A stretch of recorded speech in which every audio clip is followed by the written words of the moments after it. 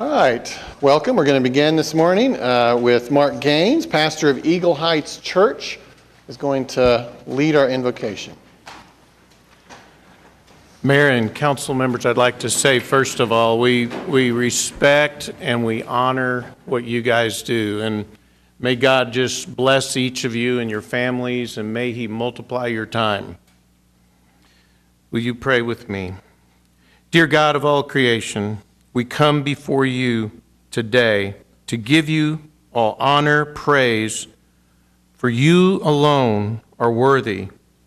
You, God, are the source of all that is good and all that is right.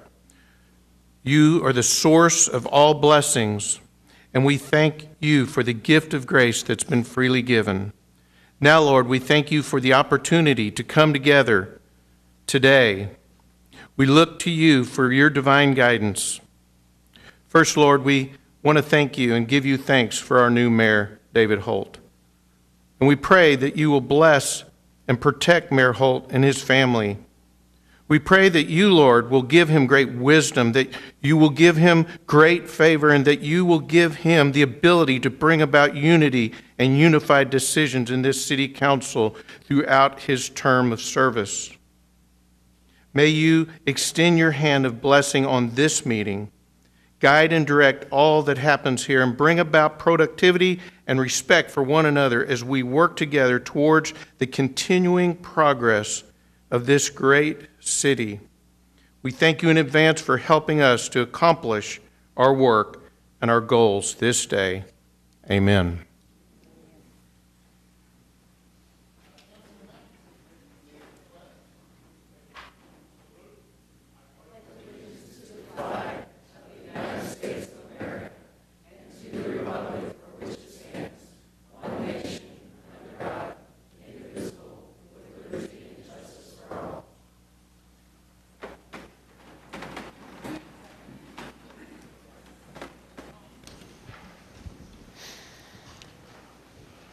All right. Well, I call this meeting to order, and before we begin with the items on the agenda, we lost a member of our city council family Friday when former councilman Pat Ryan passed away, and I asked Councilman Stonecipher, his successor, if he might open our meeting by saying a few words about Councilman Ryan, and then, of course, if anyone else on the council would like to say anything, you'll have that opportunity. Councilman Stonecipher? Thank you. Everybody sitting here knows this. Pat was an engineer, and he was very precise with what he said. Very concise. He had this amazing knack of telling you a lot while saying very, very little. And my favorite example of that was right after I was elected, I got my first agenda. And Pat happened to be back and back, and so I walked over with the agenda, and I said, Pat, I've got my first agenda. What do I do with it? And in Pat's typical way, he adjusted his glasses and gave me this kind of quizzical look, and he said, Mark, I suggest you read it.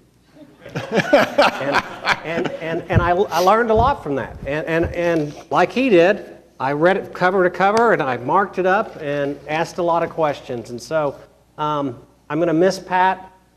He was a great friend. He was a mentor to me. But for Pat, I wouldn't have been on the committee that revised the Oklahoma City Charter. But for Pat, I'd never been the chairman of the Board of Adjustment. And but for Pat, I never would have received a call that said, I think someday you should run for city council. I will miss him. God bless Pat Ryan, and my condolences to his family. Thank you, Councilman. Is there anyone else? I'll just move down this way if you... When I think about the Northeast TIF District number 9, it was Pat Ryan who walked in my office one day as we was getting ready to talk about, other TIFs within Oklahoma City. He came in my office and he was like, this is what you need for Northeast Oklahoma City, and walked out of the office. That was his way of giving me some encouragement about doing the Northeast Renaissance TIF District. I just can't help but think about all the other things that Pat did in the community in addition to this. And I had the privilege of following him as chairman of the board of the Science Museum Oklahoma. We served on a bank board together for many years. he was just such an amazing Renaissance guy. He was brilliant, but he was quiet and thoughtful and had such wit and such a self-deprecating sense of humor. He always left you feeling encouraged, and as Mark said, he was a tremendous mentor to me, and I'm just so grateful for the time. Both he and his wife, Grace, they were just inseparable, and I don't think I attended an event anywhere in town, whether it was the zoo or the symphony or I mean, we could just go down the list, that Pat and Grace were always there and always supportive of. So I just want to also extend my condolences to his family. He's just a wonderful man and a great loss to us. I too will miss Pat. He was very helpful to me in the first few years of my joining the council, very helpful. And he was always a voice of caution and conservatism as it relates to our finances. Even in those years when things were going quite well, he always reminded us that things have a way of changing, and was just a great, steady voice for this council, and he certainly will be missed. Thank you. Anyone down here? When I think of Pat, I think of a Christian gentleman and a man of character. And we as citizens of Oklahoma City have been blessed by his good character over the years. And in this day and time, he was a shining light in a dark world, and we'll miss him. I loved his wife, Grace. She always made me laugh, and they both were great. There's a lot you could say about Pat. I think what would be the most impressive to me, and maybe a lesson for everyone, is how he went back to school and got a master's degree in energy management, I believe, at 75. And just thinking about all the young students in the classroom with him, and we're never too old to keep learning. And I just thought that was the most impressive thing. Well, thank you. Pat and Grace hosted my very first political fundraiser when I was running for the Senate at their home. So I will, they were great friends and great servants to Oklahoma City, and we'll miss Pat very much. And I know I speak for everybody on the council and the city staff and in the community at large when we send our deepest condolences to his family. With that, we will move now into items from the mayor, and I will make the migration down to the podium. And we have some fun proclamations this morning.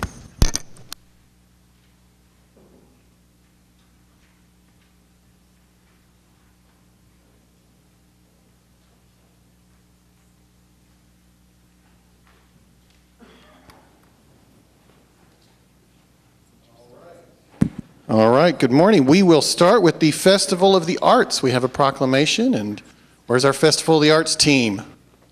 Come on up here. So, here, stand with me. We're kind of, good morning. We are all going to be pretty much counting the minutes through the course of this meeting till we get to go over to the Arts Festival and open it up. And look at the art, of course, but I think we're going to be mostly thinking about lunch and the food portion. And so, with that, I would ask the clerk to read a proclamation that we have. Whereas the 52nd Annual Festival of the Arts, produced by the Arts Council of Oklahoma City, will officially open on Tuesday, April 24th for 6 days of exciting visual and performing arts activities. Whereas Festival of the Arts is recognized nationally as one of the most spectacular fine arts festivals in America, featuring more than 144 visual artists, live entertainment on 3 stages, delicious local food, and activities for all ages. Arts Council Oklahoma City is continuing its commitment to making Festival of the Arts a sustainable zero landfill event by utilizing recyclable and compostable materials and promoting eco-conscious practices. Receptacles for recycling and composting will be available across the festival grounds. Whereas 2018 Festival of the Arts co-chairs Molly McBride and Paul Tyler lead a team of more than 40 different committees and 5,000 volunteers who donate their time, talents, and resources to produce the Festival of the Arts. Whereas Festival of the Arts is Oklahoma City's annual rite of spring and focuses on the mission of Arts Council Oklahoma City to bring the arts and the community together. Now, therefore, David Holt, Mayor of the City of Oklahoma City, does hereby proclaim April 24th through 28th as Festival of the Arts Week in Oklahoma City, and he encourages all citizens to join in honoring the Arts Council of Oklahoma City, the volunteers, and the artists who take part in this event. Thank you very much. Well, Molly, I'm going to give you this. This is the Arts Council's to keep, and we are joined up here by Molly McBride and Paul Tyler, the co-chairs, and we thought they might say a few words. Well, first of all, we want to thank you guys for letting us be here today and for this tremendous proclamation. The festival is such a fantastic event for Oklahoma City, both in the community support that comes out to put it together and to make it successful, but also in the showcase that it provides for Oklahoma City as the artists come from all over the country and then travel out and tell them what we can do here and how friendly we are, how hospitable we are, and how much we love the arts. So thank you to Mayor Holt and to the City Council for everything that you do to support the event and make it such a fantastic showcase. And thank you very much for me also, and we'd like to invite you all to the officials luncheon immediately following the opening ceremony. Okay, in the Hall of Mirrors. Okay, that's where we're doing it. So thank you all very much. Thank you. Let's show our appreciation to the Arts Council.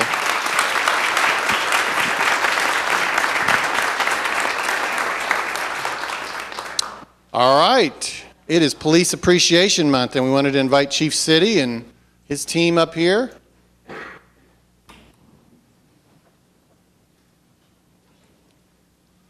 And they're not going to join us because they're on the job, but we appreciate most of all on Tuesday mornings our two officers that are out here outside the council chamber. It is Police Appreciation Month, and Chief City, we have a proclamation here, and I think I will ask the clerk to read it. Whereas police officers make a valuable contribution to our community by serving and protecting our citizens. Whereas the dedication and desire of Oklahoma City police officers to preserve a peaceful quality of life for all citizens is their foremost goal. Daily life-threatening hazards are an accepted requirement of the profession and most appreciated by a grateful public. Whereas certain events within the month of May lend themselves towards the positive recognition of Oklahoma City law enforcement personnel. The city wishes to announce the following days of observance and the activities planned in recognition thereof. May 1st is National Law Day. May 4th, Oklahoma City Police Department Awards Banquet. May 13th to 19th is National Police Week. May 15th, National Police Officers Memorial Day. May 18th is Oklahoma City Police Memorial Service, and May 18th is also Oklahoma State Law Enforcement Memorial Service. Now, therefore, David Holt, the mayor of the city of Oklahoma City, does hereby proclaim the month of May 2018 as Police Appreciation Month in Oklahoma City in recognition of the outstanding performance, service, and competence exhibited by the Oklahoma City police officers. Thank you. Yes.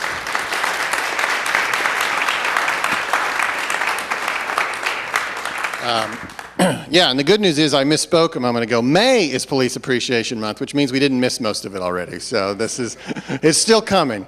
Obviously, we pick a month, but we appreciate our police officers all 12 months of the year. And this is a core government service that we're very proud of here in Oklahoma City because you guys do a fantastic job.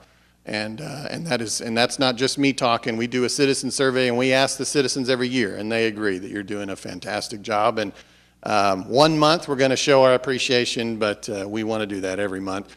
Chief City, would you like to say a few words and maybe introduce who you've got here with you today? Right. I have Deputy Chief Jeff Becker and also Deputy Chief Wade Gorley, part of my staff that helps run the police department. But I just want to thank you, Mayor, and all of the council for your support throughout the year. And I tell you, if you're going to be a police officer, we feel supported year-round. We have a great community that supports their law enforcement, and we hope we've earned that. I know we have great officers out there protecting the city and risking their lives and doing things every day. So we just appreciate this special recognition during the month of May and encourage people to come out. We have our memorial service on the 18th in front of headquarters, and everybody's invited to that to remember those officers who have died in the line of duty and most importantly, some of the family members they left behind who are also there to recognize them. So thank you very much. Thank you. Let's show our appreciation.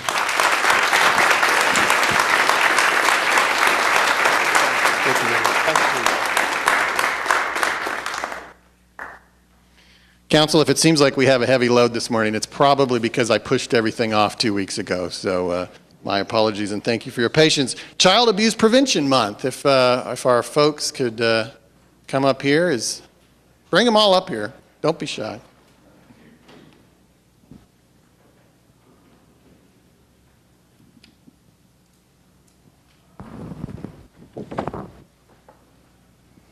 Now, in this case, April is Child Abuse Prevention Month, and there have been, I'm sure, some events along the way. And we also have a proclamation that I would ask the clerk to read.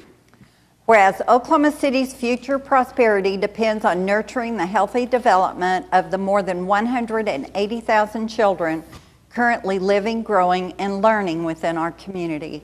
Whereas research shows that safe, nurturing relationships and stimulating stable environments improve brain development and child well-being, while neglectful or abusive experiences in unstable or stressful environments increase the odds of poor childhood outcomes. Whereas the abuse and neglect of children can cause severe, costly, and lifelong problems affecting all of society, including physical and mental health problems, school failure, and criminal behavior. Whereas research also shows that parents and caregivers who have social networks and know how to seek help in times of trouble are more resilient and better able to provide safe environments and nurturing experiences for their children. Whereas individuals, businesses, schools, and faith-based and community organizations must make children a top priority and take action to support the physical, social, emotional, and educational development and competency of all children. Whereas during the month of April, the City of Oklahoma City, Prevent Child Abuse Oklahoma Parent Promise, the Exchange Club of Oklahoma City, and the Downtown Oklahoma City Exchange Club, in collaboration with their citywide partners, will be engaging individuals and communities throughout the city in a coordinated effort to prevent child abuse and neglect by promoting awareness of healthy child development, positive parenting practices, and the types of support families need within their communities. Now therefore, David Holt, the mayor of the City of Oklahoma City, does hereby proclaim the month of April as Child Abuse Prevention Month in Oklahoma City, and he encourages all citizens to recognize that prevention starts with each of us. Thank you. Yeah, you guys provide a very important service in our community, and I've had the pleasure of working with you in my previous capacity, and I'm thrilled to get to work with you again now in this capacity. And each of you are mostly volunteers, I think, but Sherry does this for a living and works for Parent Promise, and I thought maybe we could hear a few words from Sherry Fair.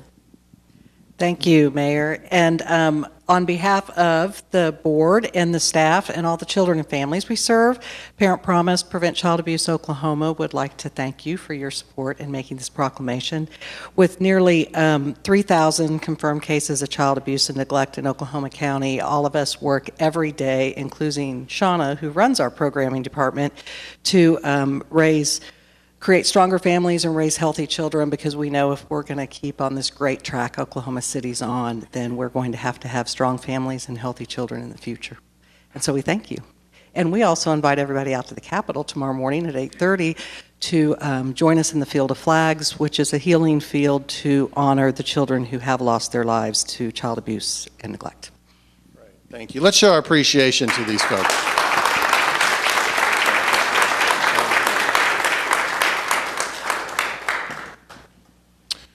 All right, now we're going to move into some resolutions, and we are honoring today the Teacher of the Month for April, Amanda Trimble. Amanda, if you'd like to join us up here. And I think we'll let everybody know a little bit about you by asking the clerk to read this resolution. Whereas Amanda Trimble has been named Teacher of the Month for April 2018 by the Oklahoma City Public Schools and the Rotary Club of Oklahoma City. Whereas Amanda is a proud graduate of the University of Central Oklahoma, where she received her Bachelor of Science in Elementary Education December of 2011. Whereas Amanda is in her 5th year of teaching and has spent her entire teaching career at Southern Hills Elementary. She is teaching 5th grade this school year. Whereas Amanda's biggest reward as a teacher is focusing on her students, supporting them and helping them grow into better citizens. She is a teacher who genuinely cares for her students' success and well-being and takes measures to make her students feel important and loved, believing that a relationship she builds with her students and their families are some of the most important relationships in her life. Whereas community service is also very important to Amanda, and she incorporates this concept into the classroom by teaching her students the importance of helping others when they can. Amanda's class participants in a school event called Southern Hills Elementary Gives Back, where students and staff collect donations from the community to assist families at their school, and they also collect leftover classroom party items and provide them to a local homeless shelter. Amanda's personal teaching philosophy is threefold. Teaching is all about the relationships that are built with students and their families. Secondly, there must always exist an excitement and passion for what is being taught. And lastly, success for the teacher and the student is based on having high expectations for each student and teaching each one of them to have high expectations for themselves. Now therefore be it resolved by the Mayor and Council of the City of Oklahoma City that they do hereby recognize and commend Amanda Trimble on her selection as the April 2018 Teacher of the Month by the Oklahoma City Public Schools and the Rotary Club of Oklahoma City.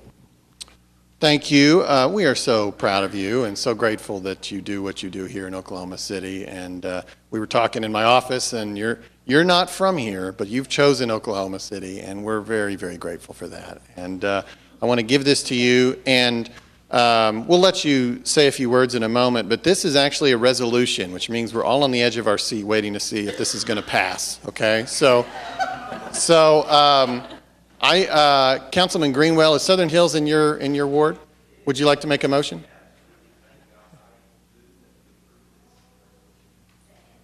All right, let's cast our votes. And you did it. You pulled it out. You passed unanimously. Thanks. Yeah.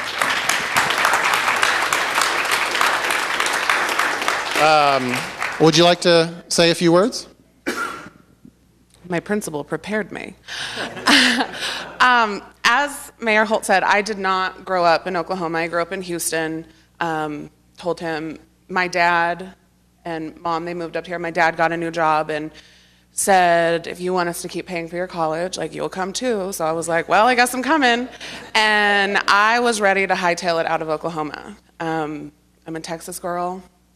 But then I got hired at Southern Hills, and I fell in love with the community, with the city, and I realized that this is where I want to be, and I am proud to live in Oklahoma City. I'm proud to teach for Oklahoma City Public Schools. So thank you. Thank you. Let's show our appreciation.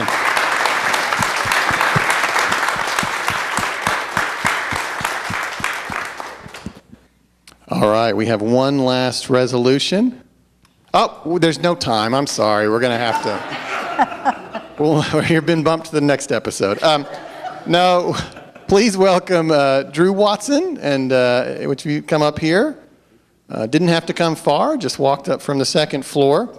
You are our City Employee of the Month, but let's hear a resolution talking a little bit more about you. Clerk, if you wouldn't mind reading. Whereas Drew Watson has been a city employee for 10 years and is the Special Events Coordinator in the Public Information and Marketing Office. Whereas Drew is responsible for issuing permits for hundreds of events, including runs, walks, parades, festivals, and block parties. He also issues permits for public events held on private property and assembly events.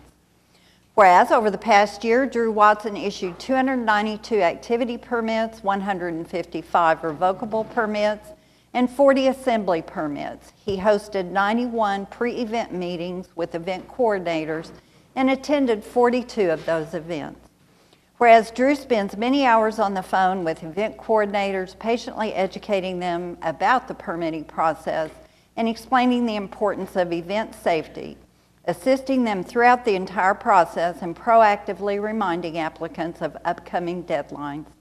Whereas Drew has worked hard to restructure and streamline billing procedures and the application process and to improve the customer experience in working with the Special Events Office. Whereas Drew works closely with event coordinators facing the challenge of streetcar construction and helping them safely and smoothly reroute their events. Drew helps hundreds of event coordinators annually, all who express appreciation for his commitment to their event success. Whereas Drew is kind, accountable, accurate, patient, communicative, dedicated, resourceful, motivated, and safety-oriented. Whereas this council desires to recognize Drew Watson for his dedication, professionalism, and commitment to the residents of the city of Oklahoma City. Now therefore be it resolved by the mayor and council of the city of Oklahoma City that they do hereby thank and commend Drew Watson, April 2018 South Oklahoma City Kiwanis Club Employee of the Month. Thank you. Yeah, let's hear it for Drew.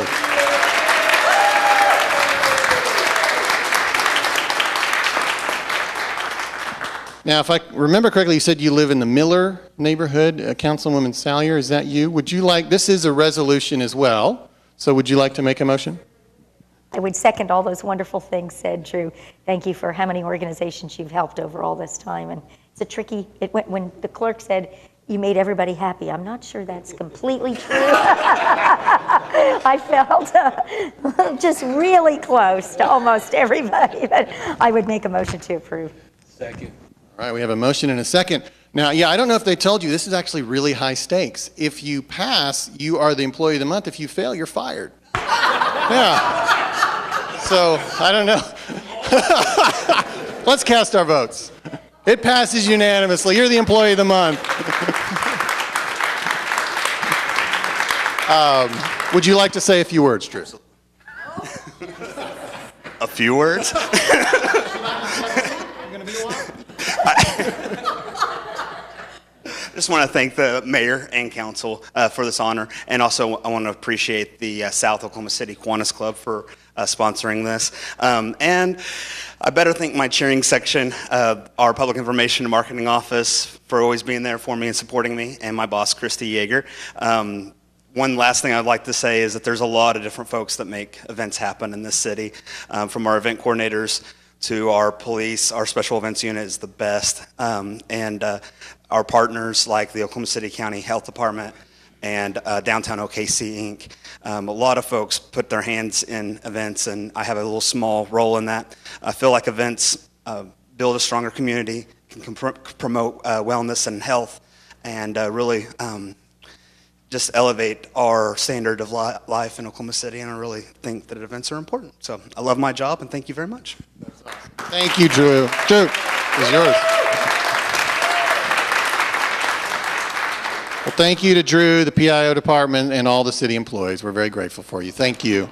I will now migrate back to my chair.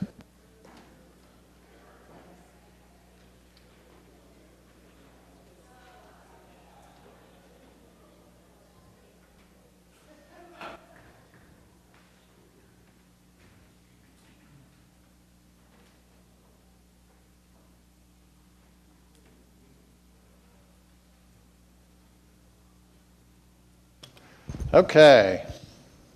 We have completed, finally. Thank you for your patience. Item 3, and no, actually we didn't, sorry. Item C, 3C, is a resolution approving my travel to the U.S. Conference of Mayors. You know, Conference of Mayors, we hosted the annual meeting in 2010. My predecessor was the president a couple years ago. I would like to continue to have that level of engagement. I think it's been good for the city, so I would entertain a motion. Move the item. Second. Thank you. Motion and a second. Let's cast our votes. Passes unanimously. Now we're done with item 3. Item 4, Journal of Council Proceedings. I would entertain a motion. We have a motion and a second to receive the journal from the last meeting and then approve the journal from March 27th. Cast your votes. Passes unanimously. And now we are on item 5, request for uncontested continuances, which our city manager will now detail. Mayor, starting on page 18, item 9, C1, it's SP 501, and the applicant has requested that this item be referred back to the Planning Commission to modify the tower location. A new hearing date will be set for the Planning Commission. So this is kind of an item that's been talked about a lot in a neighborhood or two, and if you're here for that item, we are not hearing that this morning. So again, that's item 9C1. It's a cell tower. It's SP 501. On Northwest 16th. That's correct. Moving to page 19, under item 9F1, item A 1317 West Britain, we ask that that be stricken. We need to re-notify. Item G, 1714 Southwest 14th Street, we need to strike. The owner has removed. Item J, 921 Northeast 31st Street, we ask that that be stricken. We need to re-notified. Moving to page 20, under item 9G1, item F, 1402 Northwest 2nd Street, we ask that that be stricken. We need to re-notify. Item J, 2025 Southwest 10th Street, we ask that that be stricken. The owner has secured. Item K, 1714 Southwest 14th Street, we ask that that be stricken. The owner has secured. Moving to page 21 on items 9H1, item D, 1402 Northwest 2nd Street, we ask that that be stricken. We need to re-notify. Item H, 2025 Southwest 10th Street, we ask that that be stricken. The owner has secured. And finally, on that item, item I, 1714 Southwest 14th Street, we ask that that be stricken. The owner has secured. And then moving to page 24, item 9P, we ask that that be deferred to the May 8th meeting. That's page 24, item 9P.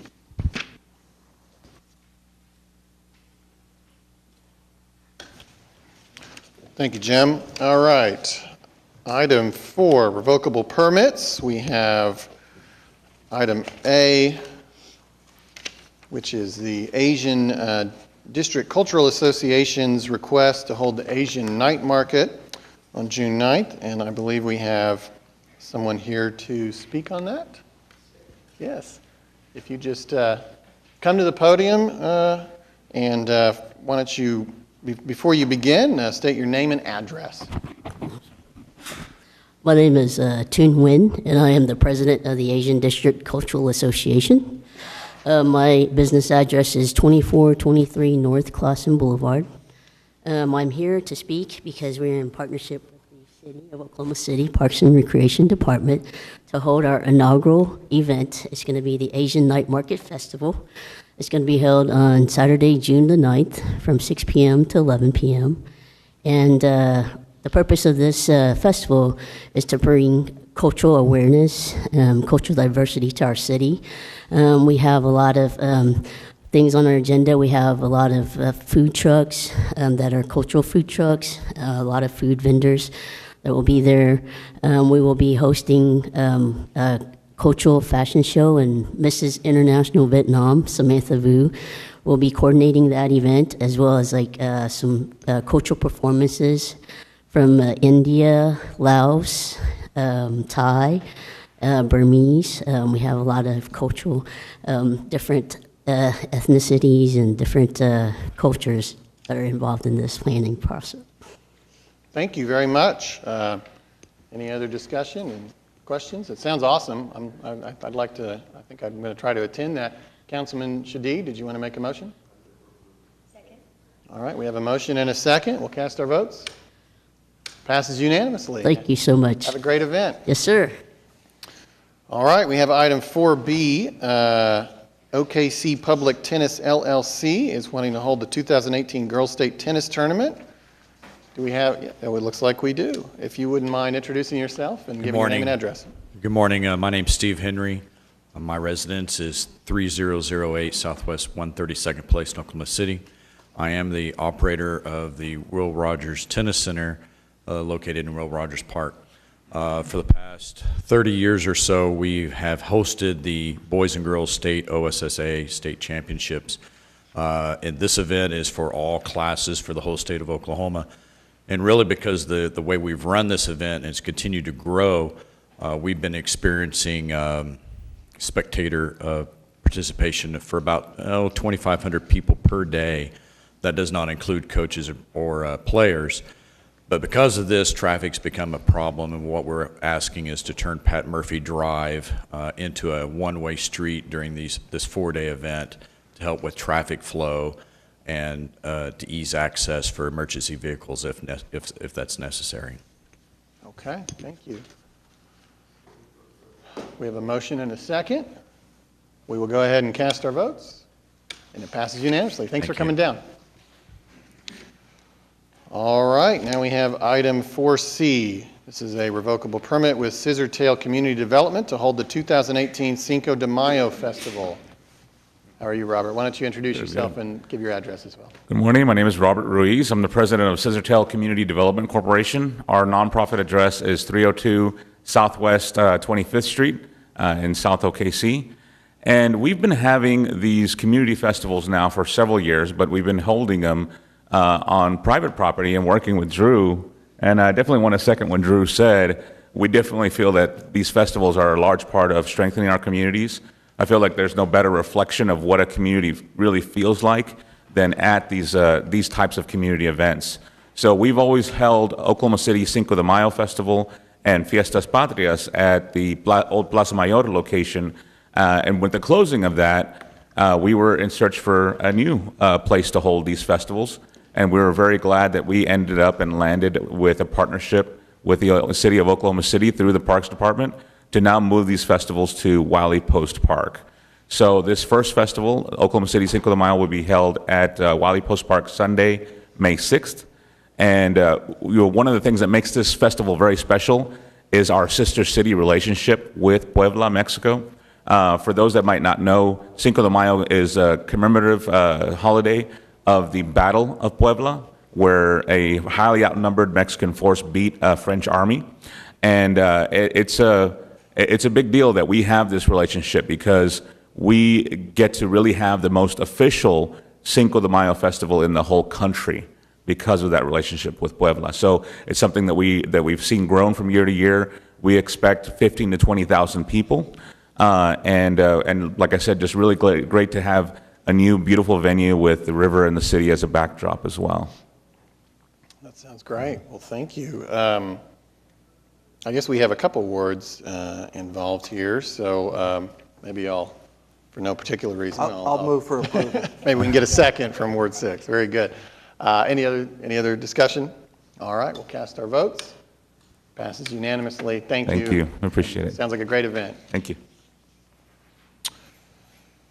Okay, item 4D is a joint revocable permit with the Oklahoma City Water Utilities Trust and the Oklahoma City National Memorial Foundation to hold the 2018 Memorial Marathon. And of course, this has become, come forward. This has become a big week in Oklahoma City every year now with playoffs, Arts Festival, and the marathon. And we're excited to hear about the marathon this morning. And if you wouldn't mind, Jordan, introducing yourself and giving your address. Yes. Excuse me. My name is Jordan Wood, and I'm the operations director at the Oklahoma City National Memorial Museum. And our mailing address is P.O. Box 323 in Oklahoma City. Well, thank you guys for having me here today.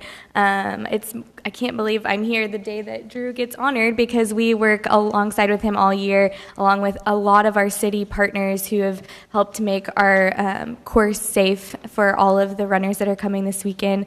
We'll be having our 18th annual race this Sunday, April 29th. I'm proud to say that we won't have any course changes at this moment. The city has just been amazing to work with this year to help us make our course safe, and we'll have runners from all 50 states coming up this Sunday and 13 countries that will be in Oklahoma City. It's an exciting week for Oklahoma City. There's a lot of amazing events for them to attend. All of our races will begin at 6:30, and I'm here to answer any questions you may have or concerns this morning. Any special concerns about parking? Any thoughts, any ideas, suggestions you can give folks that are going to attend the event? We have a parking map that we post, and we're going to be doing a lot of social media and newsletters this week, kind of informing them on how to get downtown, to leave early. We'll be posting that a lot this week. Very good. Any other questions? Councilman Griner, do you want to make a motion? Okay, we got a motion and a second, and we will now cast our votes. Passes unanimously. Thank you so much. Thank you. And item 4E, revocable right-of-way use permit with Girls on the Run, Central Oklahoma, to hold the Girls on the Run of Oklahoma County celebratory 5K. And Leslie, would you like to introduce? Hi, I'm Leslie Littlejohn. Our address is 720 West Wilshire, 101H in Oklahoma City, 73116. We are an after-school empowerment program for girls, 3rd through 5th grade, and then 6th through 8th grade, that does self-esteem and empowerment lessons that creatively integrate running. At the beginning of the program, the girls make a goal to run a 5K. This is not about running your fastest 5K, it's about putting one foot in front of the other and accomplishing a goal. And they have a celebratory 5K. This will be our 7th annual 5K, but only our 2nd in Bricktown. Last year we had 392 girls that participated, and this year we have 512 girls that are participating, and we'll be running their 5K on May 12th. I would like to invite everyone to come. As you know, we had a little hiccup in our school year this year, so the girls lost a little bit of their training, and going to need as much encouragement as they can to run that 5K, but it is just an explosion of a really fun girly girl time. So Great. if anybody has any questions, I'd be happy to answer them. Well, that sounds great. Any questions? Second. All right, we've got a motion and a second. We'll cast our votes. Passes unanimously. Thank you for what you do, and thank you for coming down. Item 4F, revocable right-of-way use permit with the McBride Foundation to hold the Positive Steps 5K. And if you wouldn't mind stating your name and address. Delana Smiley, 720 West Wilshire Boulevard, Suite 101J, Oklahoma City. We're all in the Chesapeake Community Plaza. We are hosting the 9th annual Positive Steps 5K and 1 mile walk at the Oklahoma City Zoo. The 5K used to be inside the zoo, but we've moved out on the route, which is why we're here today asking for that. The Positive Steps raises funds for the Preserve program. The McBride Foundation has been doing the Preserve program since 2011. We give schools in need, public schools in need across the state of Oklahoma, sports equipment that can prevent an injury. So any type of equipment that can prevent a sports injury, we try to provide with a grant to schools across the state, also in Oklahoma City. So that's what this event raises funds for. We have around 450 people attend this event. There is a 1 mile walk inside the zoo, and then the 5K around the zoo this year. So I'll be happy to answer any questions. Great. Any questions? Move the item. All right. We've got a motion and a second, and we'll cast our votes. Passes unanimously. Thank you. Item 4G, revocable right-of-way use permit with Northeast OKC Renaissance, Inc. to hold one OKC. I like the name of this event. I must confess it existed before I started using that phrase all the time, but but I was familiar with that, and I think it's awesome, and I was at your event last year, and please introduce yourself. Hi, I'm Marissa Alberti. I am one of the co-chairs of the One OKC event. Our mailing address is P.O. Box 17442, OKC 73136. One OKC, this is our 3rd year as a street festival aimed at highlighting the vibrancy and community development on the east side. This is our 2nd year on Northeast 23rd Street. 23rd and Rhode Island. And this year we're excited to highlight the Centennial Health Clinic, which was approved earlier in 2017 and will open in the spring. They're going to do health screenings, tour their new facilities, and there'll also be street vendors, food trucks, entertainment, kids events, and so it's going to be a really fun time and we're excited. Very good. Motion? I'm going to move for approval, but I just want to take the opportunity to thank the Northeast Renaissance. This organization actually started off as a stakeholders group as we were going through the process of creating the Northeast TIF.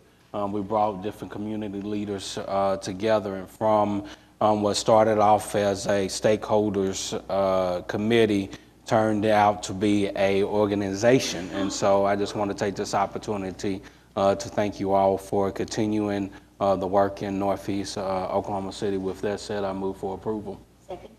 All right, we have a motion and a second. We'll cast our votes. Passes unanimously. Thank you. And we have another permit related to the marathon. We don't have to talk about it again, I don't think, but it's item 4H, revocable right-of-way use permit with the Oklahoma City National Memorial Foundation to hold the Oklahoma City Memorial Marathon. Do I have a motion? We have a motion and a second. We'll cast our votes. Passes unanimously. And then we have item 4I, revocable right-of-way use permit with the VW Club of Oklahoma City to hold V-Dubs on Automobile Alley on May 12th. And I think we've got Brad here, if you wouldn't mind introducing yourself. My name is Brad Moeller. I'm the founder and past president of the VW Club of Oklahoma City and the event coordinator for this particular event. We're made up of about 150 members who own old and current Volkswagens. I, as you can see, probably own older Volkswagens. And we get together and we raise money for local school classroom projects through donorschoose.org. Every year we donate $5,000 to $6,000 that we generate from show registrations and small sales of merchandise to local school teachers in their individual classroom projects. What we're asking for is we started this will be our second event on 8th Street in conjunction with Hideaway Pizza last year to celebrate their 60th anniversary. Those of you who may be familiar, but Hideaway Pizza used to use Volkswagens as pizza delivery vehicles in Stillwater back in the 70s and that kind of thing. So in conjunction with them, we held a street festival on 8th Street between Robinson and Broadway last year. It was very successful. We brought in over 100 old Volkswagens, and we had live music and food. This year, because of what we did last year, we've worked more diligently with DOKC, and our plans are to expand that event to, and I should make a correction, there's a correction I want to make on there. The event would be between Robinson and Oklahoma on 8th Street, so both sides of Broadway. We're asking to close down to put the vehicles on display. We're going to have a stage set up, Hideaway Pizza sponsoring live music and a stage. So we'll have live music. We're going to have an art festival. And we're also, in conjunction with the Boathouse District, offering camping. Those of you old Volkswagen campers and that type of thing, and there's a whole contingent of our little world that likes to go to a location and camp out.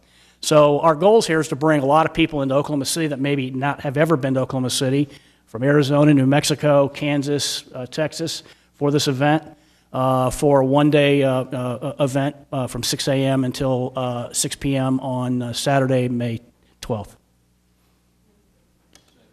All right, we have a motion and a second. We'll cast our votes. Passes unanimously. Thank you. Okay, we will now recess the council meeting and we will reconvene as the Oklahoma City Municipal Facilities Authority, a trust that has the same membership as the council, to hear a few items. We have items A, B, C, D, E, and F, and we can handle it in one motion. I have a motion and a second. Any discussion? We'll cast our votes. Passes unanimously. We will now adjourn the Oklahoma City Municipal Facilities Authority, and we will reconvene as the Oklahoma City Public Property Authority, also a trust that is composed of the members of the council. We have 4 items here. We have a motion and a second. Is there any discussion? We'll cast our votes. Passes unanimously. We will adjourn the Oklahoma City Public Property Authority and convene as the Oklahoma City Environmental Assistance Trust. We have 2 items here. We have a motion and a second. Any discussion? We'll cast our votes. Passes unanimously. We will adjourn the Oklahoma City Environmental Assistance Trust and we will reconvene as the City Council. We have a motion and a second on the consent docket, subject to individual consideration. And so are there any items that council members would like to pull out today? Item 7X, Your Honor. And Mayor, I had 7AR and 7AT.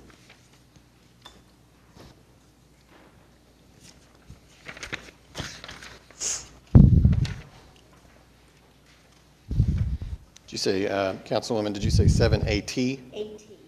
And AR. And Councilman Stonecipher, yours was X. Is there anything else? AQ. AQ, Councilman Stone. Okay.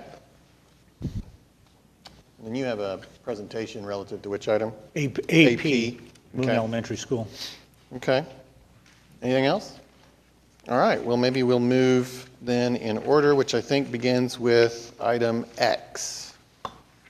Thank you. I wanted to bring this to everyone's attention. This is an agreement that we entered into with the Canadian County Board of County Commissioners, and I drove it about 2 weeks ago. It's to fix, improve, resurface, deal with culvert issues, drainage issues on Sarah Road between Memorial Road and Northwest 164th Street. And I want to thank the Canadian County Commissioners for assisting with us with this. They will be providing labor and equipment. I want to specifically thank Commissioner Mark Hayter. He did a lot of work on this and was quite helpful. I want to thank Eric Winger, who was very helpful. I want to thank Craig Keith from the Municipal Counsel's Office that worked with the DA in the County Commissioner, with the County Commissioners of Canadian County. And I also want to thank Debbie Martin for making numerous calls to make this happen. So this is a great project. Sarah Road really needs it, and I look forward to it being completed. Thank you. All right, great collaboration and a good reminder that we don't just interact with Oklahoma County, that we have other counties. That's great. Okay. I guess if we went in order, then the presentation would be next, and that is item AP. Yes, David Todd is here this morning to talk to us about FT Moon Elementary School. If you recall, we dissolved the Oklahoma City Schools Trust a couple of months ago, and there were a couple of leftover projects, and we had one project left to bid, and that was Moon. And we would typically have done this presentation before the school trust, but now that it's not there, we thought it would be appropriate to have a public presentation on this one more time. And so with that, David Todd is here. Right. I'm happy to introduce Cale Wilson, who is the architect with Design Architects Plus, who has done the design. Good morning. We're excited to be here today to start this project, or hopefully get this project started. Let's see if I can click correctly. That is, if I'm smart enough to click the button right. Oh, look at there. This is FD Moon Elementary. The major upgrades to this project are really addressing some of the code compliant issues. Some of the major code compliant issues are updating the HVAC on the project, as well as creating a sprinkler system throughout the building. The building is 128,000 square feet now, and it's unsprinkled, so we're going to address those first. A lot of the other items we're going to address are code compliant when it comes to toilet facilities, as well as intercoms throughout the facility. As you can see, we've put some pictures of the front entry as well as the front office. We're going to relocate the front office now. Right now, when you come into this facility, you come in to secure doors with a video, and when you walk in, you actually have to walk down a long hallway to find the office. Obviously, with security issues, we're going to correct that in this project. In addition to replacing some of those doors at the entry you see on the left, we're going to update the existing facility and kitchen and cafeteria you see on the right, as well as remodel. This is actually an entrance to the building off the west side. It's not the most inviting entrance, as you can see. We're going to take down that wall, put some glass storefront to make it more inviting. Some of the other major updates when it comes to cost are ADA upgrades.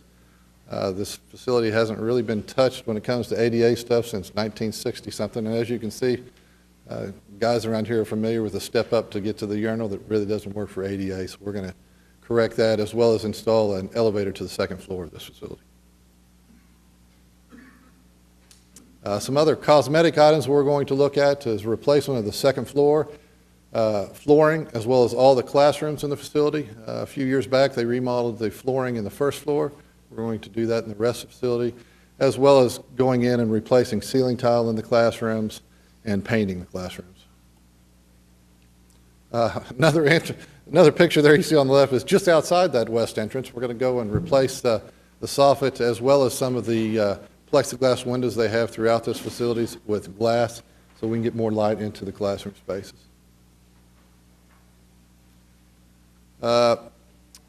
Going along with the ADA theme, we have ADA handicap, but we don't really have the ramps that meet ADA accessibility to the building. We're going to update those as well.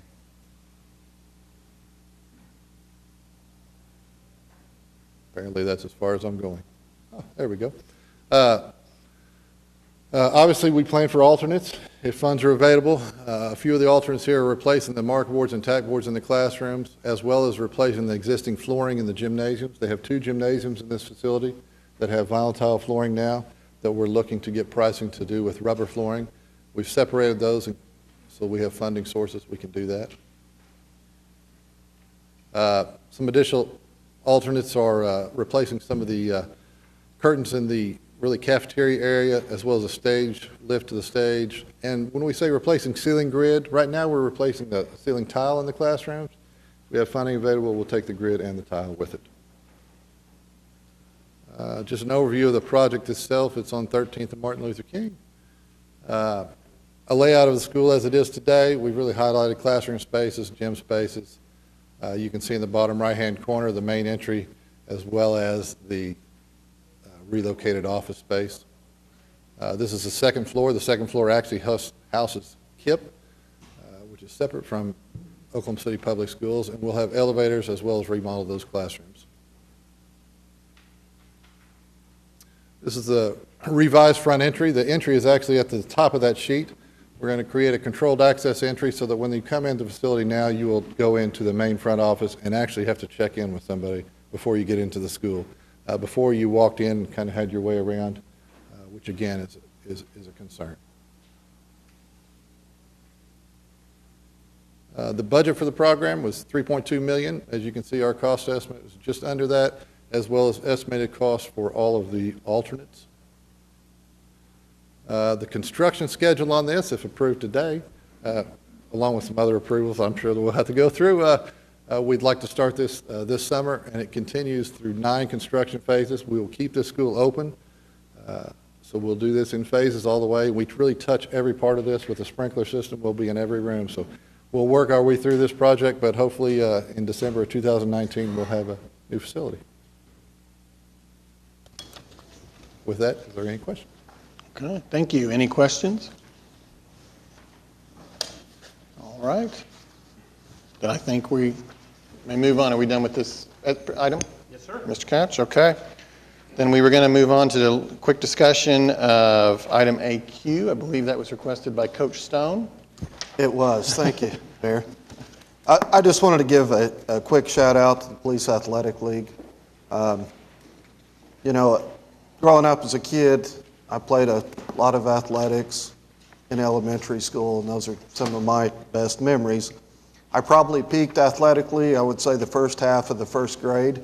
After that, it was slightly downhill, but still some of my best memories. And I love that this program gives the opportunities to some kids that otherwise, you know, wouldn't have that opportunity. And being a coach for PAL and working with these kids, and you really get a chance to see what it means for them. So I really just wanted to give them a shout out and say thank you. Great. Councilwoman, AR. Thank you, Mayor. A couple of things I wanted to mention. This AR is in agreement with the Pioneer Building LLC that's located right at the intersection of 3rd and Broadway. There's a little pocket park there that's at a strange intersection, and it's a little, the park's been a little awkward for a long time, and the folks that are developing the Pioneer Building have agreed to take over that park. They're going to relocate some equipment in there and then camouflage it really well. I know they've been working with, I think I see Doug Cupper over here. I know they've been working with our Parks Department, and they're going to redesign the park and then take over the maintenance and operation of it in perpetuity, which is a good thing for us. So we greatly appreciate their efforts in this regard. And then item AT, I really had a quick question, and I think I see the chief here. We've received a grant from the Office of Homeland Security to provide some water rescue training, and I just wanted to inquire if that will be done down at the Whitewater facility. Chief Kelly? Yes, ma'am. Good morning, Mayor, Council. Good morning. That is correct. That training will be provided so we can do some of the training down at the River Sports Complex, which, you know, we have a great partnership with them, and we're excited for the opportunity to train approximately 24 of our personnel. That's fantastic. I really just wanted to take this opportunity to point out what a wonderful resource that Whitewater facility is for this kind of training. And Chief, we bring in people from all over the country, don't we, to do whitewater and swiftwater training there? Yes, ma'am, we do. We actually had a conference here earlier in April that we was able to assist with, and we had firefighters, first responder personnel from all over the country. It's exciting. It's a great partnership with the complex, and we look forward to many more years of working with them. Fantastic. Thank you so much. Thank you. Okay, thank you. Well, that is there any other discussion on the consent docket? Councilman Shadid. on AM, like Mary, and can we pull this out for separate votes? Certainly. This is an agreement with the Economic Development Trust for a $3 million donation to Costco for actions which I believe would have happened regardless. Since we talked about this in February, Costco has increased their market cap by some $4 billion. That's with a B. The idea that a $3 million gift from taxpayers would change their behavior is what I think of as magical thinking. Listening to the gentleman talk about the Volkswagen reminds me of the commercial where the child's in the Darth Vader mask, and he likes to think that he has influence on his environment, and the parents start the car, and he thinks that he did it. To me, the parents are Costco. Oklahoma City Economic Development Trust is the child engaging in magical thinking. The only thing worse than this could be, I understand there's going to be a fulfillment center by Amazon. The idea that Jeff Bezos and Amazon would do, they've done that in 31 cities. The idea that we would give them incentives would be the only thing I could think of that would be potentially worse or a greater waste of money. So I'd like to just pull this and vote on this separately if we can. Certainly, of course. Okay. Well, then we have a motion for all of the items under the consent docket except for item AM. Do we have any other discussion? Then we'll cast our votes. Passes unanimously. And then we have item AM. Is there a motion on item AM? We have a motion? Second. And a second for item AM. Any further discussion? Cast our votes. Passes 7-2. And now we are completed with the consent docket. Moving on to item A, the concurrence docket. Move those items subject to individual consideration. We have a motion and a second, moving the items subject to individual consideration. Are there any items that anyone wishes to discuss on the concurrence docket? Seeing none, we'll cast our votes. Passes unanimously. And now we have arrived at item 9, items requiring separate votes. We have item A1. These are all items under A are ordinances on final hearing recommended for approval. And 1 is an ABC2 alcohol beverage consumption restaurant with alcohol district overlay in the PUD 831, Ward 5.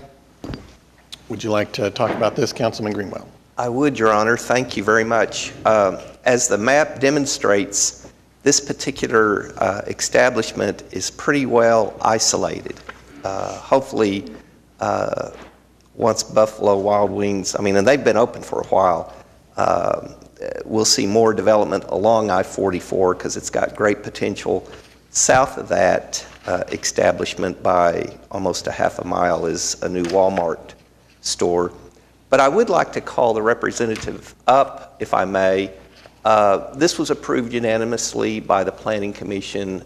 There's no protest. But I would like to address the issue that I do have a concern with.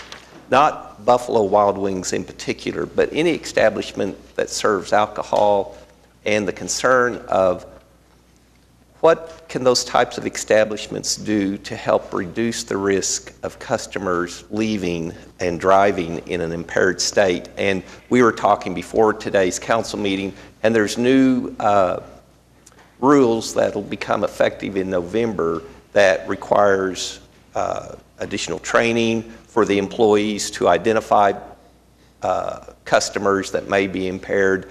And what I'd like to see us do, if possible, is to continue that discussion and possibly even provide additional suggestions or recommendations. I know these rules are state level type rules, and we have very little, if any, ability to modify those or enhance them.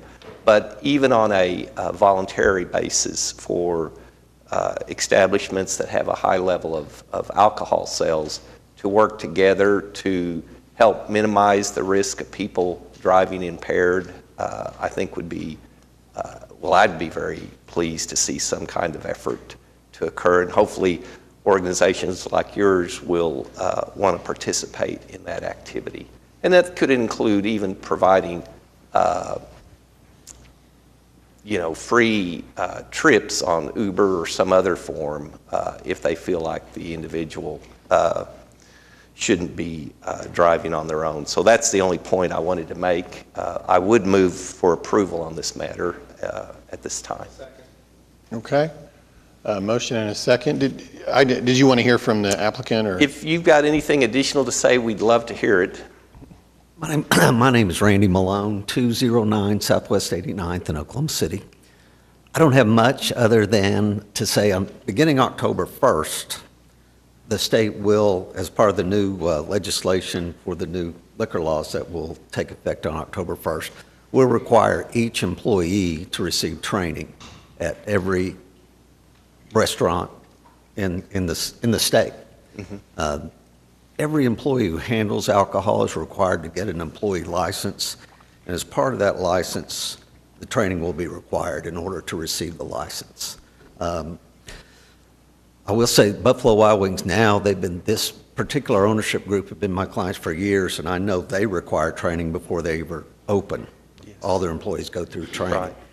It's never been a state requirement. It's always been a good idea. Sure. No, and I appreciate that very much, and we like the leadership that Buffalo Wild Wings has demonstrated, and we just hope that it becomes more common. It's a serious issue out there, driving while impaired, and anything that yours and other establishments can do to help reduce the risk is greatly appreciated. Thank you. All right, we have a motion and a second. Any further discussion on item 9A1? Seeing none, cast your votes. Passes unanimously. Item 9A2, ABC 922, ABC 2 alcoholic beverage consumption restaurant with alcohol district overlay in the C3 Community Commercial District at 6701 West Wilshire Boulevard, Ward 1. Councilman Greiner? Did anybody sign up? No. Okay, this is just for an event center. It had unanimous PC approval. There was no protest, so I'll move for approval. Second. All right, we have a motion and a second. Any further discussion? Seeing none, cast your votes. Passes unanimously. Item 9A3, PC 10528, 141 Northeast 13th Street from R4 General Residential District to O2 General Office District, Ward 7. Councilman Pettis. All right, thank you, Mr. Mayor. Madam Clerk, anyone signed up to speak? The Planning Commission did approve. With that being said, I move for approval. Second. We have a motion and a second. Any further discussion? Seeing none, cast your votes. Passes unanimously. Item 9A4, PUD 1672-3201 Mosley Road from AA Agriculture, PUD 1419 and PUD 1534 districts to PUD 1672, Ward 7. All right, thank you, Mr. Mayor. Madam Clerk, has anyone signed up to speak? I see that the applicant is present. The Planning Commission did recommend for approval. With that being said, I move for approval. We have a motion and a second. Any further discussion? Seeing none, we'll cast our votes. Passes unanimously. Item 9A5, PUD 1673-16300 South Pennsylvania Avenue from PUD 1514 to PUD 1673, Ward 5. Councilman Greenwell. Your Honor, thank you. This is an application to a zoning change to a gated single-family residence community, and there were no protests. The Planning Commission approved this unanimously, and unless there's somebody here to speak, I make a motion that we approve this. Okay. We have a motion and a second. Seeing no further discussion, we'll cast our votes. Passes unanimously. Moving on to item 9A6. PUD 1675-3925 Southeast 59th Street from PUD 1587 and R1 single family to PUD 1675, Ward 4. Planning Commission approval subject to the summary of technical evaluation. Councilman Stone. Thank you, Mayor. Has anyone signed up to speak on this? This was approved unanimously by the Planning Commission. I know we received I received one letter on this item, but I really think that most of those issues will be taken care of with engineered drawings. So with that, I would move for approval. Second. We have a motion and a second. Seeing no further discussion, we'll cast our votes. Passes unanimously. Item 9A7, SPUD 1018, 211 Southeast 24th Street from R4 General Residential District to SPUD 1018, Ward 7. Councilman Pettis. All right, thank you, Mr. Mayor. Madam Clerk, anyone signed up to speak? The Planning Commission did recommend for approval. With that being said, I move for approval. Second. We have a motion and a second. Seeing no further discussion, we'll cast our votes. Passes unanimously. Item 9A8, SPUD 1027, 4500 Northeast 23rd Street from R1 Single Family Residential and C3 Community Commercial Districts to SPUD 1027, Ward 7, and the Planning Commission approval was subject to the summary of technical evaluation. Councilman Pettis. All right, thank you, Mr. Mayor. The applicant did request a deferral for 2 weeks because there is protest with this application. So with that being said, I'm going to move to defer this for 2 weeks. Okay, then that requires a vote. Clerk? Correct. All right, we have a motion and a second on a deferral. Your Honor. Oh, yes. Could we, while we're doing that, I think you need to correct the documentation. It says In one place northwest. it says northwest. And it should be northeast. Thank you. Where's that? Councilman McAtee. On the item itself? Or Yes, Okay. under On the memo, on the okay. first page. Okay, clerk will note. Thank you, Councilman McAtee. And we have a motion and a second for a deferral of item 9A8. Any discussion? Seeing. That's May 8th, Mayor. That will be deferred to May 8th. Okay. Cast your votes. All right, thank you. The deferral passes unanimously. Moving on to item 9A9. SPUD 1035, 1740 Northwest 3rd Street from I-2 and R2 to SPUD 1035, Ward 6. The Planning Commission approval subject to the summary of technical evaluation. Councilwoman Salyer. Yes, there were no protests on this application. In fact, I think the only letter I received was a letter of support, and it was approved unanimously, so I would move approval. Okay, we have a motion and a second. Seeing no further discussion, we'll cast our votes. Passes unanimously. Item 9A10, SPUD 1038, 1300 Northwest 17th Street from SPUD 714 to SPUD 1038, Ward 6. Councilwoman? Yes, this is an application to develop some housing in and around the Plaza District area. I see that the applicant is here. There were no protests on this project, and essentially it was written to mirror a project that was done directly across the street. And so given that, I move approval. We have a motion and a second. Seeing no further discussion, we'll cast our votes. Passes unanimously. Item 9A11, SPUD 1041, 3445 Northwest 20th Street from R1 and Linwood Place Urban Conservation Districts to SPUD 1041, Ward 6. And it appears that Councilwoman, we do have someone who signed up to speak, Mr. Scott Parker. Great, and that is the applicant. Okay. Sorry, my name is Scott Parker. I represent the congregation, 3440 Northwest 21st Street. I'm a deacon there, and I have Elder Alan Bailey with us. I only signed in case there were any questions that needed to be answered, and we appreciate your review of this project. The purpose of this request is to permit a parking lot for a church that's been here for a very long time. The applicant has agreed to deal with lighting so that the height of the lighting in the outdoor parking lot will not exceed the height of any of the adjacent residences, and I think that was the cause for the protest. That is correct, So, yes. And given that adjustment, I would move approval as it was unanimous at the Planning Commission, and thank you. I hear a motion and a second on item 11. Seeing no further discussion or questions for the applicant, we'll cast our votes. Passes unanimously. Thank you. Thank you. We have item 9A12, SPUD 1049, 800 Southwest 44th Street from C3 Community Commercial District to SPUD 1049, Ward 5. And Councilman Greenwell, we have a Thomas Scharf who has signed up to speak on this item. Your Honor, I'm sorry, but I believe that's a Ward 4 item. So I'm going to Thank you. and let Councilman. You said we did have someone that signed up to speak? Yes, Thomas Scharf, and I apologize if I'm mispronouncing that. Good morning. I'm Thomas Scarf from Memphis, Tennessee, 3526 Northwood Drive.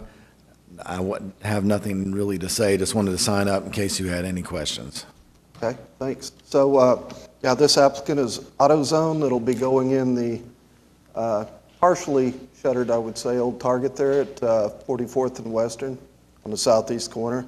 It's not just any AutoZone. It's going to be it's basically a supersized AutoZone. So for the hard parts that you really can't find anywhere else, this is where they're going to be. So it was passed or recommended for approval unanimously by the Planning Commission, and so I would move for approval. Okay, we have a motion and a second. Councilman Stone and I drove by that site a few weeks ago, and I think it's a great location for it. And clerk would also note the error on the ward number on this item. And is there any further discussion? If not, we'll cast our vote. And it passes unanimously. Thank you, Council. Now we have items 9B. We start with 9B1, amendment to section 1.5 and 11.4.1 of the master design statement regarding building setbacks and site lighting. And Councilman Griner, we have Debbie Roach has also signed up. Okay, well, let's hear from her. What? I have pictures. Are you the applicant? No. No? Okay. I'm opposing. Okay. Do you want to set the stage first before we hear from? Sure. Yeah. This was. Is the applicant here? Is the applicant present? Okay. Let's hear from the applicant, and then just so everybody knows what's going on first. Yeah. Good morning, David Box, 522 Colcord Drive, here on behalf of the applicant, Mr. Cheatwood, who is here with me today. This is an application to take this site from what is now straight C3 zoning to a SPUD. My client operates and has operated for quite some time a towing facility. He was unaware that he was not properly zoned. So once he became aware of that, he filed an application for the SPUD. This site is a bit unique in that it lies, Ms. Lincoln, could you go back to the zoning map? It's zoned straight C3, and I'm sure at the time it made good sense because of its proximity to Northwest Expressway. However, because it sits so far back, the odds that this will ever be developed with any sort of meaningful commercial is next to none. And so this facility has been some form of auto care or automotive type use for decades and decades. We did become aware of the potential of protest during the Planning Commission stage, so we did continue the item to work with the Planning Commission. Mr. Hensley, the Ward 1 Planning Commission member, did spend an afternoon out on the site with my client, myself. He came up with some ideas that he believed could help potentially solve any potential issues, and we incorporated those into the SPUD. That's the reason you have the two items on this. So what we've done is we've agreed to incorporate an 8-foot metal fence on our south property line, as well as the western-facing fence. So the fence that would face Candlewood Drive, facing the individual that is here in protest, will be an 8-foot fence that will screen everything from view. In addition, we did agree to some increased landscaping that my client is willing to do, and all cars that are outside of the fence have to be moved inside of the fenced area after hours. So with that, Commissioner Hensley was supportive of the application. Ultimately, this Planning Commission did recommend approval unanimously. One of the reasons my client wants the metal fence, if you can picture where this is, the problem he faces on his south property line is he shares the property line with the restaurant. So immediately on the other side of his fence is the grease traps and the dumpsters for those restaurants. So he's in a tough spot in that there's really no other use that this building could be made. So we believe that if you look at what could be permitted today under C3 and look at the limited number of uses that we allowed in the SPUD with the controls that I mentioned, this is a better scenario in terms of usage of this property on an ongoing basis. So with that, I'd be happy to answer any questions you might have, and we would ask for your support.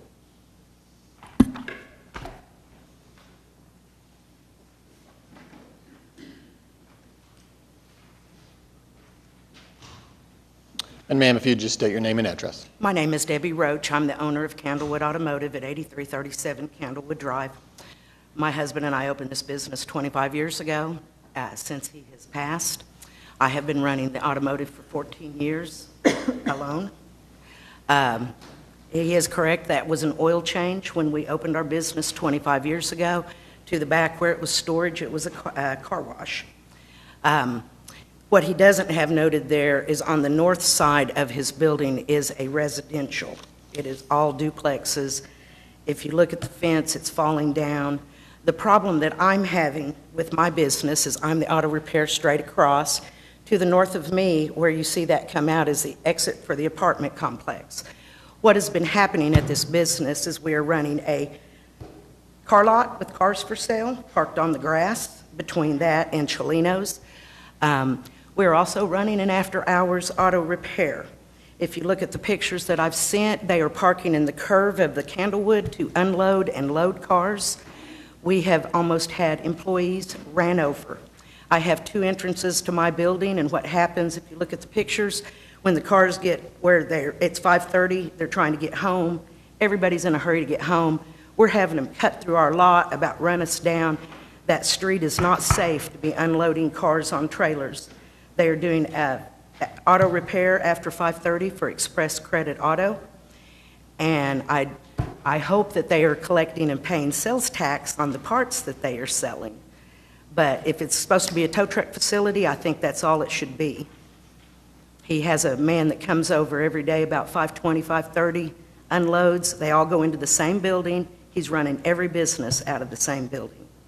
Plus, like I said, the fence is falling down. His fence is actually up on the north side of the building all the way to the building, which I've noted with the yellow marker there. It's just nowhere for him to do his business. And, you know, maybe he can tow back into his storage facility, but we're bringing cars in for repairs, and it's causing quite a traffic jam. I took pictures and submitted those for you to look at. All I ask is that you protect the people that are walking on Candlewood. We have a great influx of people that come from the apartments through the back of Cholino's to walk. And if you would come out and visit this area about 5:30 when this is happening, you would fear for your safety, because my lot is now being used as a public street for them to cut through while he's unloading his after-hours auto repair. I would like one business and one business only to be ran there, and not be unloading cars in the public street. His entrance up into the building is quite a hill. When he first came, he used my lot a lot to back up and go across the street and up the hill, and I had to have an attorney draft a letter to ask him to stop that, because that was also causing a problem when he was creating a different path across the street than needed to be. And I just ask that you consider the neighborhood. They are opposed to this. They are increasingly talking to me about the problem of just the cars that are out there causing terrible safety issues, and they're doing over the speed limit when they go through my lot. Okay. And I do have employees that have families that I care for. Okay. Well, Councilman? I didn't realize there were any protests on this, so I'm glad you came down and articulated your concerns. It's the neighborhood too. Well, yeah. They just can't all come. Yeah, right. So, I mean, is it okay if we defer this for 2 weeks and us 3 meet and talk about it? Will that work? See if we can come up with a resolution. Sure, that'd be fine. Okay. Well, I'll move for deferral of 2 weeks. Okay. Okay, we can do one motion to defer both items, 9B 1 and 2, and we have a motion and a second? Okay. No further discussion. We'll cast our votes. Passes unanimously, and the item is deferred till May 8th. Oh. They've made it towards 8. Okay. Ms. Roach, would you like your pictures? All right, we are on item 9C, ordinances on final hearing. And if you might recall, item 9C1 was deferred, and so we are on item 9C2, SP 503, special permit to permit expansion of an existing hospital use in the PUD 472 district, Ward 4. Councilman Stone. Thank you. Has anyone signed up to speak for this?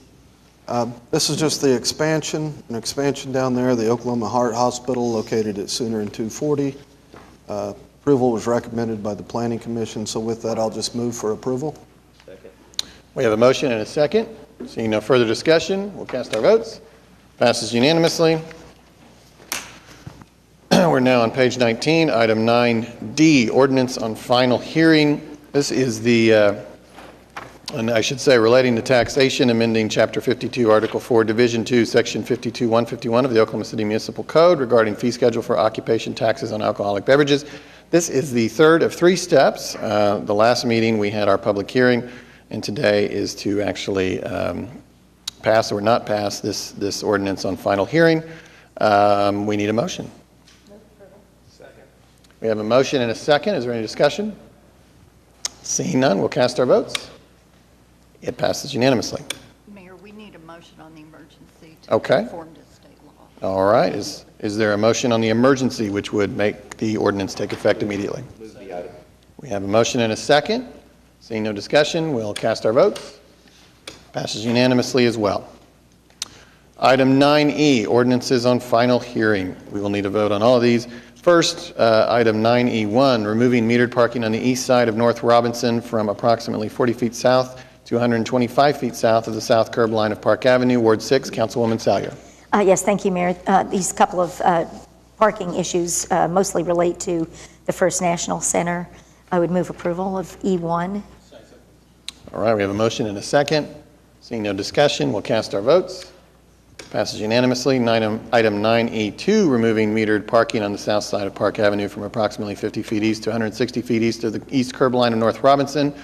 Anything further to say, Councilwoman? Same issue. This is passenger loading zones being created for First National Center in the hotel. I'd move approval of E2. Okay, we have a motion and a second. Seeing no further discussion, cast your votes. Passes unanimously. Item 9E3, establishing metered parking on the east side of North Harvey Avenue from approximately 210 feet north to 298 feet north of the north curb line of Northwest 4th Street. Councilwoman Salyer. Thank you, Mayor. This item relates to the National Memorial and Museum to create some metered parking on the east side of Harvey. I would move approval. We have a motion and a second. Seeing no further discussion, we'll cast our votes. Passes unanimously. Item 9F1, public hearing regarding dilapidated structures. Is there anyone here to speak on any of the items under 9F1, dilapidated structures? Seeing none, I'll entertain a motion. We have a motion and a second. Is there any discussion? Seeing none, we will cast our votes. Passes unanimously. Item 9F2, resolution declaring, oh, that was what we just did. Yes, right? That was 9F2 that we just voted on? Correct. Got it. Okay. Item 9G1, public hearing regarding unsecured structures. Is there anyone who has signed up to speak on any of the items under 9G1, A through U? Okay. Seeing none, I'll entertain a motion under 9G2. We have a motion and a second. Seeing no discussion, we'll cast our votes. Passes unanimously. Item 9H1 is our public hearing regarding abandoned buildings. Is there anyone here who would like to speak about any items under 9H1, A through R? Seeing none, I'll entertain a motion for resolution under 9H2. We have a motion and a second. Seeing no discussion, cast your votes. Passes unanimously. We are on item 9I, resolution adopting the Records Retention Manual 2018 of the City of Oklahoma City pursuant to State Statute Title 11, Section 22, and providing for annual supplements. And Francis Kersey, our clerk, I believe, might be making a presentation, but Jim, we'll start with you. Good morning, Mayor and Council. Presented before you this morning is a revised Records Retention Manual. We first adopted the Retention Manual in 2004, and then we revised it in 2011. The Records Retention Manual has become very important to departments. One, it saves the cost of storage of documents that are not necessary to be kept. And also it helps us in fulfilling our open records requests, ensuring that we are maintaining the documents according to state law and now according to the policy that we have. So it has been an important tool for the city to use. In this update, some of the records that we have added since the one adopted in 2011 are the body-worn camera videos and records that are associated with that. Police had quite a few items on their 911 recordings and the police assessment records. Fire also had some additions on their computer-aided dispatch data. So all of this helps us in our open records request. Some of the items you'll be familiar with that were not in the manual before because state law changed and now the clerk is responsible for the campaign reports. So those are now included in the records retention manual, and those are held for 4 years and from date of receipt, and that was established by state law in the Ethics Commission policy, so that's been added to this. Also, the conflict of interest forms that you all have to fill out semi-annually. We've also included now the gift disclosure form that you all adopted by ordinance that need to be maintained twice a year. So if there are any questions, I'd be glad to answer them. Any questions for Francis? I'm pleased, Francis, to have moved from a level of government that exempted itself from the Open Records Act back to a level of government that participates in it, and I think it's a good thing, and thank you for your work that makes it possible to be fully compliant with the Open Records Act. It is. That's our goal, is to be more transparent. Yeah. And, this helps us in that goal. Well, I think we do a good job at Oklahoma City. Madam Clerk, thank you for all your hard work. I'd move the item. Thank you. All right, we have a motion and a second. Seeing no further discussion, cast your votes. The resolution is adopted unanimously. Item 9J, resolution approving the Parks and Rec Department's creation and operation of a municipal youth soccer club sanctioned by the Oklahoma Soccer Association, approving the club constitution and bylaws, receiving the Oklahoma Soccer Association bylaws, and authorizing staff to establish and oversee a special purpose fund for all revenues and expenditures related to club activities. And Jim, I understand Doug Cupper? Doug Cupper is here to explain this to us this morning. Good morning, Your Honor. City Council, Doug Cupper, for the record, Parks and Recreation Director. We saw the need, as City Council Member Stone pointed out, providing athletic opportunities for our inner city kids and giving them the same opportunity as some of our more rural areas have access to sanctioned league participation in the soccer sport. We saw the need to associate ourselves the best we could with the Oklahoma Soccer Association and get our leagues sanctioned. It's twofold that way. We have some real quality players in our program at the Window Wisenhunt Sports Complex, and as our partner groups at South Lake Soccer offers tournaments, or up in North Oklahoma at the North Oklahoma City Soccer Association, they have tournaments that are sanctioned by OSA. Our kids would not have been able to participate in those sanctioned tournaments if we did not align ourselves with a qualified and sanctioned team under the OSA rules. So we moved forward. We had a Unity Soccer Association that was sanctioned for the inner city area. We felt that we could boost their opportunities through the Parks and Recreation Department and offer even more opportunities for inner city kids to participate in soccer programs, as Councilmember Stone trains them through the PAL program, and they migrate into our competitive program at the Window Wisenhunt Sports Complex. Then they can go on and participate in tournaments in the region, in the country, which they would not have had access to if we were not going down this path to become one of the first municipalities to be sanctioned in the world of organized competitive soccer. So we hope that you will support this activity so we can keep moving forward and improving the quality. This will also allow us to participate with our partner groups to offer tournaments at all three complexes as we go forward. and we think we can give a better product and attract more teams from the region as well as from the nation to Oklahoma City to play soccer. Be happy to answer any questions. Doug, is Unity Soccer our friend Jose Sanchez? No, Is Jose involved with this? he has helped them in the past, but he is not actually part of that. Any other questions or comments for? I'd just like to thank Doug for his work on this. I think it's a fantastic opportunity for us. As kids play sports, some of those kids kind of rise up to the top and need a different level of, I wasn't one of those again, but I don't know why we keep bringing that up.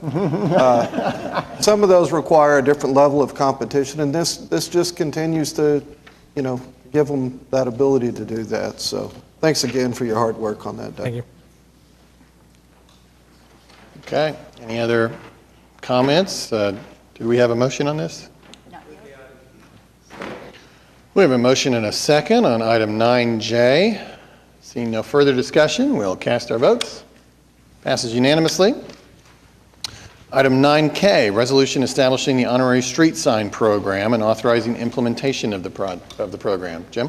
Thank you, Mr. Mayor. This is an item I think that goes back to last time you were with the city.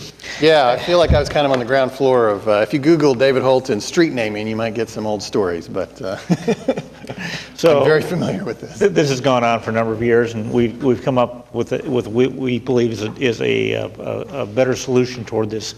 And with that, Eric's going to go over the policy this morning. Thank you, Mayor and Council. We have put together an honorary street naming policy for consideration today, and it will come in the form of a resolution that would then authorize the city manager and designee staff to implement what I'm getting ready to show you.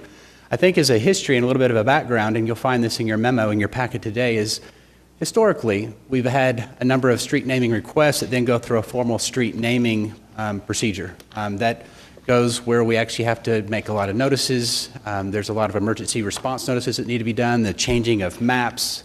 It's quite complicated. It takes a lot of time. And it's maybe not always in just the best interest of the city and or the council to do that. So we're offering a second option, which is the honorary sign program. As I mentioned, we've done this in the past, and it's required a lot of readdressing of affected properties. It's also provided for some confusion and wayfinding from time to time.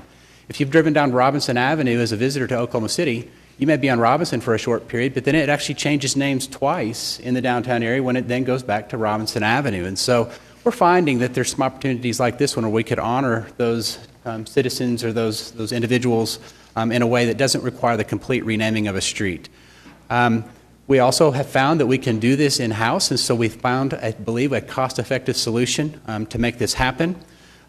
So process would include a submittal to the Engineering Division of Public Works, an application for an amount of $50. If approved, then the signs would be installed at about $150 a piece. And so depending on the length of the street and the number of installations, it would be the applicant's responsibility to cover that cost. And so again, as we look at if it's just a single block and it maybe just has as few as one location, I mean, the total process is about $200. If it's for a two-block section, it could be then in $150 increments, depending on that level of approval. We're prepared to move forward with this as we look at different examples. I had a recent trip to Chicago. This is some of the signage that they have in their downtown area where we have the ability with just existing hardware, we can affix these to our existing poles very reasonably without affecting the existing signage system. We also have the opportunity, similar to our neighborhood sign topper program, now this is a photo edited obviously, we do not have any of these in place in Oklahoma City, but we could attach them to the tops of signs like we've done previously with the neighborhood sign topper. So all that hardware exists, the technology is there for us to do this in-house, and I'm just using these as a couple of the examples. So following the approval, we would be able to take the application, get it onto OKC.gov. We'd also have staff available to respond to questions and to begin that process. So we're prepared to proceed following your approval. And with that, I can answer any questions that you might have. Eric and City Manager, this makes me so happy.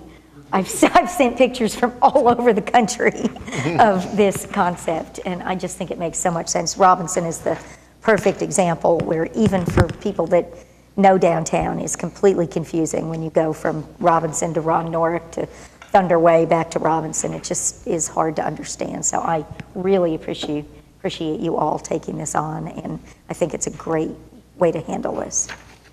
Eric, the honorary signs, are they different in color and the average person could recognize that it's not a traditional street sign and it's Yes, unique? so we're going to recommend the background be brown, and that's the traditional background for this type of sign with white letters, so they would not compete with our green signs or even our private designation road signs, which are white in Oklahoma City. Okay, and then the second question, would Robinson revert back to completely or solely being known as Robinson Avenue? It would not. So it has officially been renamed. So the only way to take it back to Robinson would be go back through the renaming process and officially rename it back. Now, one thing I might mention. But you have put some signs up We that have, say Robinson. we've worked very closely with planning. I've worked very closely with Aubrey on putting together a program. We have put some new signs up that clearly say it's Thunder Drive. But in very small letters underneath Thunder Drive, we have reserved Robinson Avenue on there just to help with some of the wayfinding that we've had challenges downtown. So those are already there today. They may not be as noticeable because it clearly shows the name of the street, but it gives that reference to the older street name in case there's a question.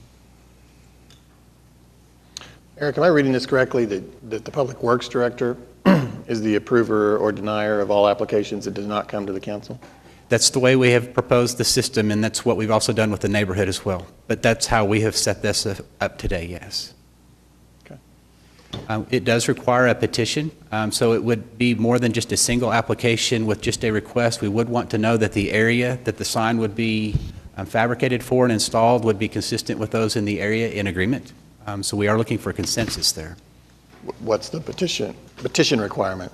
We don't have a minimum number because obviously different areas have different requirements, but we do want to just use some staff leniency on what's reasonable. I would say that should there be a concern that would be shared maybe upon the installation of a sign, we would have the opportunity to remove or work through, a concern or an issue at that point.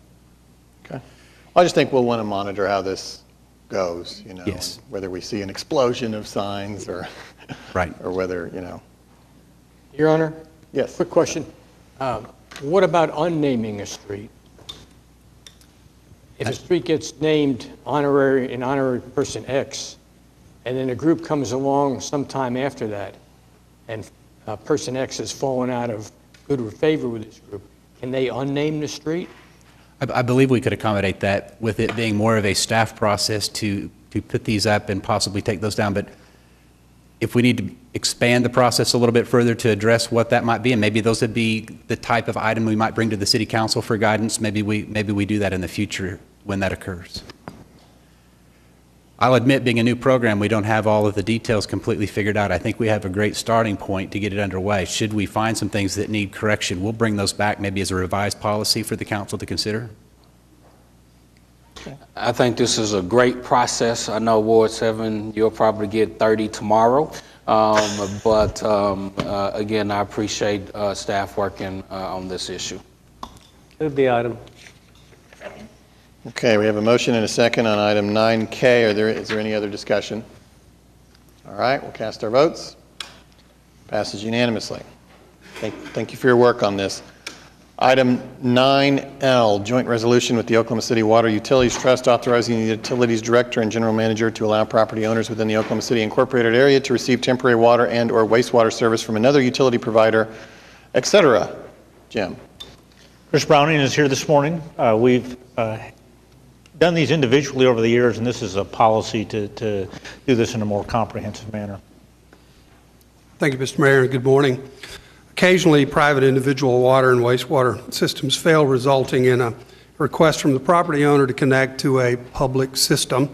And if the system's not available within Oklahoma City service area, but the property is in close proximity to another utility system, this resolution would enable the general manager of Aquit to allow the property owner to connect to the other system until service can be provided by Oklahoma City.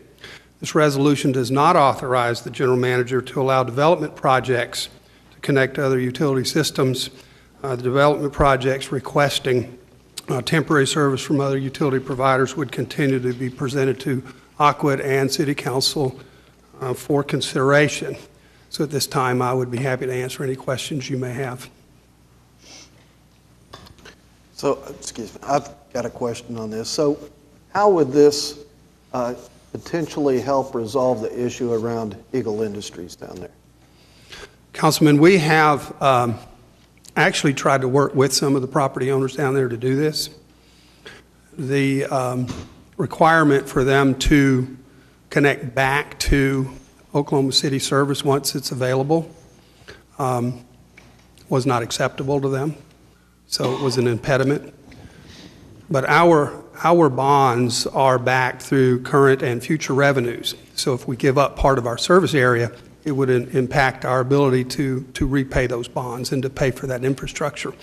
So we do have an agreement that says if you connect to another utility temporarily, you need to connect back to Oklahoma City.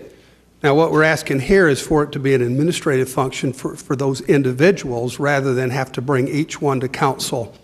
If it's a large project, that's a different story. But we have tried to do that, and we have been successful in other places, but along 29th we have not been.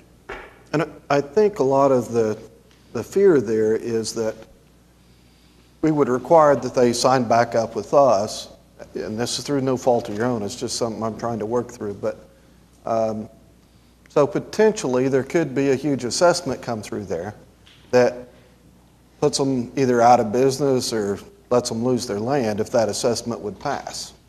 And then at the same time, we're requiring that they hook back up. So that's just something that I don't know if everyone's familiar with it or not, but the Superfund site down there in Midwest City is affecting us a little bit, and I'm trying to find a way where we can bring water there with Chris, and I appreciate your help on it and your continued support on trying to find a solution there.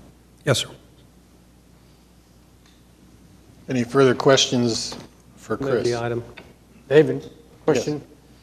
Jim, a while back there was a effort put by a developer out in the Mustang area to de-annex some land, and the reason for doing that was the availability of water. Does this have any impact over that? It would be applicable. I mean, we've done these individually before. What we're doing here is doing, again, more of a comprehensive look at it, more of a standard policy. But yes, we would have had to negotiate. Well, at that point, they were looking to de-annex. So I guess we wouldn't have negotiated at that point. They would have done whatever they chose to do in the de-annexed area. Thank you. Any further questions? I think we had a motion. We've lost our clerk, but I think we had a motion. And is there a second? Second. Any further discussion? All right. We will cast our votes on item 9L. Passes unanimously. Thank you. And then 9M is, I wouldn't go too far, Chris. We've got a joint resolution with the Oklahoma City Water Utilities Trust declaring the necessity for acquiring certain easements located along the Atoka pipeline, et cetera. Jim? Yeah, I think Chris has been trumped by Patricia Mann on this. Patricia is the attorney that's been working on that, and I think Patricia's going to brief us on this morning. Very good. Mayor, Council, so the two items are M and N. They go together. They deal with the easements along the Atoka pipeline from Lake Atoka to Lake Draper. And when the city acquired the Atoka pipeline easements back in the late 50s and 60s, there were some easements granted by the Bureau of Indian Affairs, the BIA, that were 50-year easements. These easements have expired. We've been working with the tribes and the BIA to have these easements renewed. We have filed condemnation actions in the Western District Federal Court on 6 of 22 tracts. We have reached a comprehensive settlement on all 22 tracts with the tribe and the BIA and the U.S. Attorney's Office. So these two items have to do with that settlement. We need to file, item M has to do with, we need to file condemnation actions on the remaining tracts. And then item M is N is the actual confidential master settlement agreement. So we need to finish the condemnations and approve the master settlement agreement. All right. Thank you. Any questions or comments? I know that's not why he's here, but it still seems fitting for Councilman White to be in the audience whenever the words Atoka Pipeline are mentioned. So, hi, Councilman. The only thing I'd say is I want to thank Chris, Patricia, and those that helped her. This was an incredibly complex project, and she did a great job on it, and I'd like to move the item. Yeah, indeed. Motion and a second on item 9M, and I'll echo that. It's hard work to make it look so easy to our citizens to provide them the water they need, so thank you. No, any further discussion on the item? If not, we'll cast our votes. Passes unanimously, and then there was also item 9N1. Do we need executive session? We do not. Is there a motion on this item?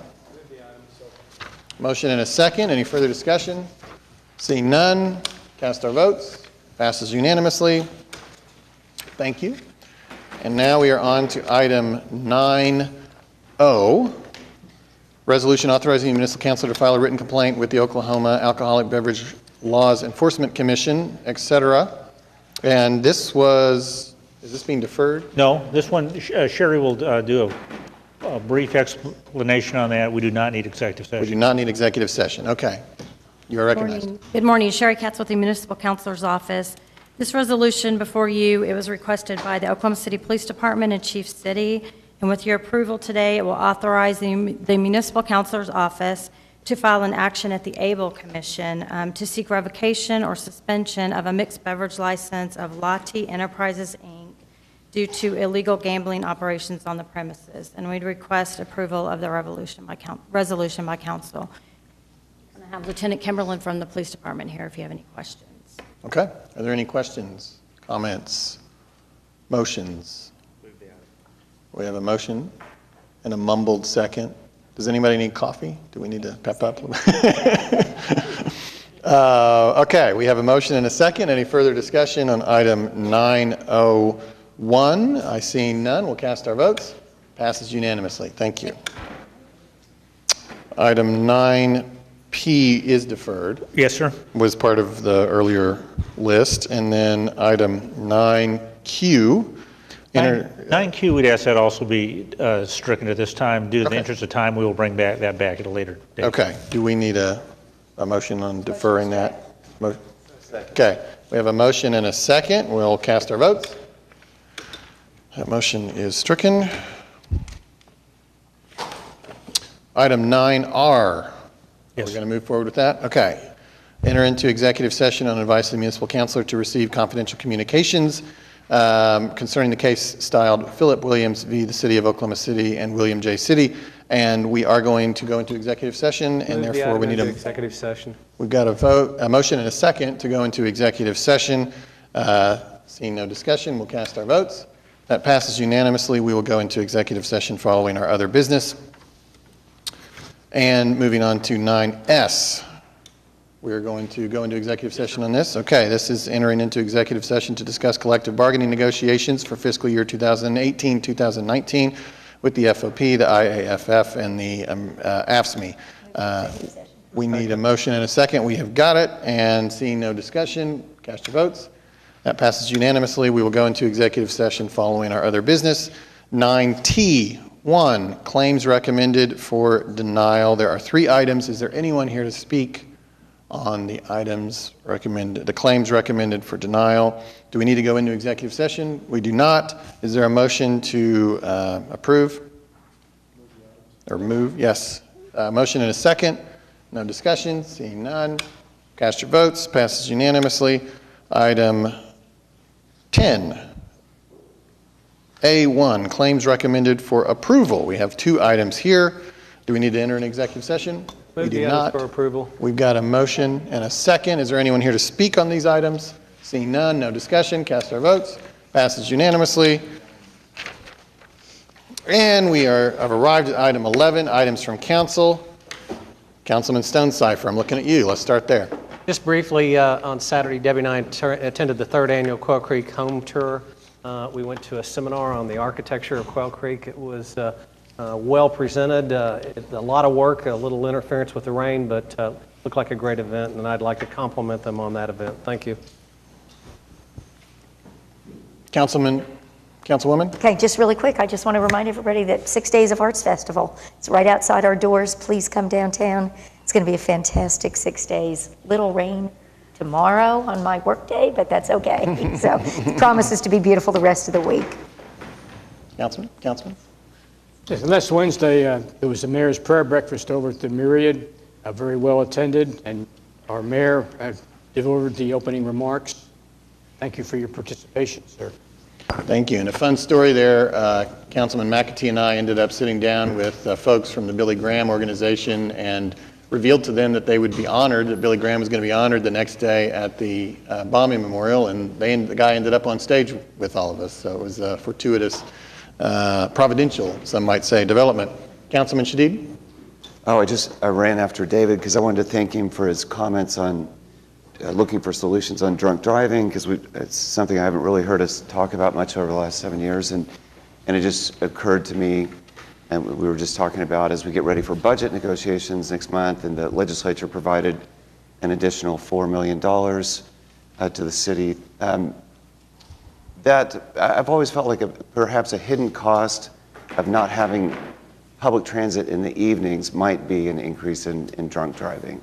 And I'd just like to add that to the list of reasons why we might consider trying to increase public transit in the evenings and add public transit to Sundays where none exists currently. And I also want to acknowledge Councilman White. It's always good to see you. Councilman Greiner? Yeah, I wanted to give a little update on the Lantana Apartments. 2 Saturdays ago, we had an open house that the mayor attended along with Brent Bryant. And they had an open house, and it's not called Lantana anymore. It's Hartford at 10th. So, but when I say Lantana, everybody knows what I'm saying. They have finished 48 of the units, and they will need to finish the rest of the 54, which he said was about 80 to 90% complete, by September 1st, and have 25% of it occupied, which from my standpoint, it looked like they would hit that date to basically forgive the $109,000 mortgage that we had on the property. And so it's looking like that deal that we negotiated with them is going to end up being good on both ends. So I just wanted to update everybody on that, because we don't get a lot of updates on things like that. So. Great, thank you. Moving on to item 12, City Manager Reports. The floor is yours. Thank you. First up is Chris Tatham, who's going to do us a presentation on the public transportation and parking customer survey results. Mayor, members of the council, it's great to be back or be in front of you today. For those of you who aren't familiar with our firm, we actually specialize in helping local governments around the country gather input from residents, transit users, and all sorts of groups to make better decisions. Most of you are familiar with the work that we do annually with the city's Satisfaction Priority Survey. Our firm actually is the #1 firm in the country with regard to transit data collection as well. In fact, we've surveyed over 700,000 transit users during the last decade. So I'm going to just share the results of some of the information that we gathered, and my pointer isn't moving, so I may have, if you're good helping me. Just walk you through the results of a few surveys that we did, really to help Embark understand the parking needs and what their customers who are using parking facilities think about the services and facilities being provided, what riders who currently use transit services think, and also what people who aren't using transit think, but what they know and perhaps what might get them to use public transit services in the future. The next slide just shows a little bit about our company. Most of you are familiar with our firm. We've surveyed over 2 million people on all sorts of issues the last decade, including doing annual surveys for the city of Oklahoma City since I guess it's been a little over a decade now. I'm getting older and forgetting how long it's been. And we've done a number of other surveys for the city in past years. The next chart just is the introduction to the off-street parking customer survey. And if you look at the following slide, the main purpose of this was really to give you a baseline for how you're doing. You really, up to this point in time, have never done a comprehensive assessment of who's using your facilities, what they think of the facilities and services being provided. So this was a first attempt to do that. The next chart just shows you the methodology. We conducted over 1,000 surveys last fall at really all your key garages. We also conducted it during special events and other times to make sure that all your different groups were well represented.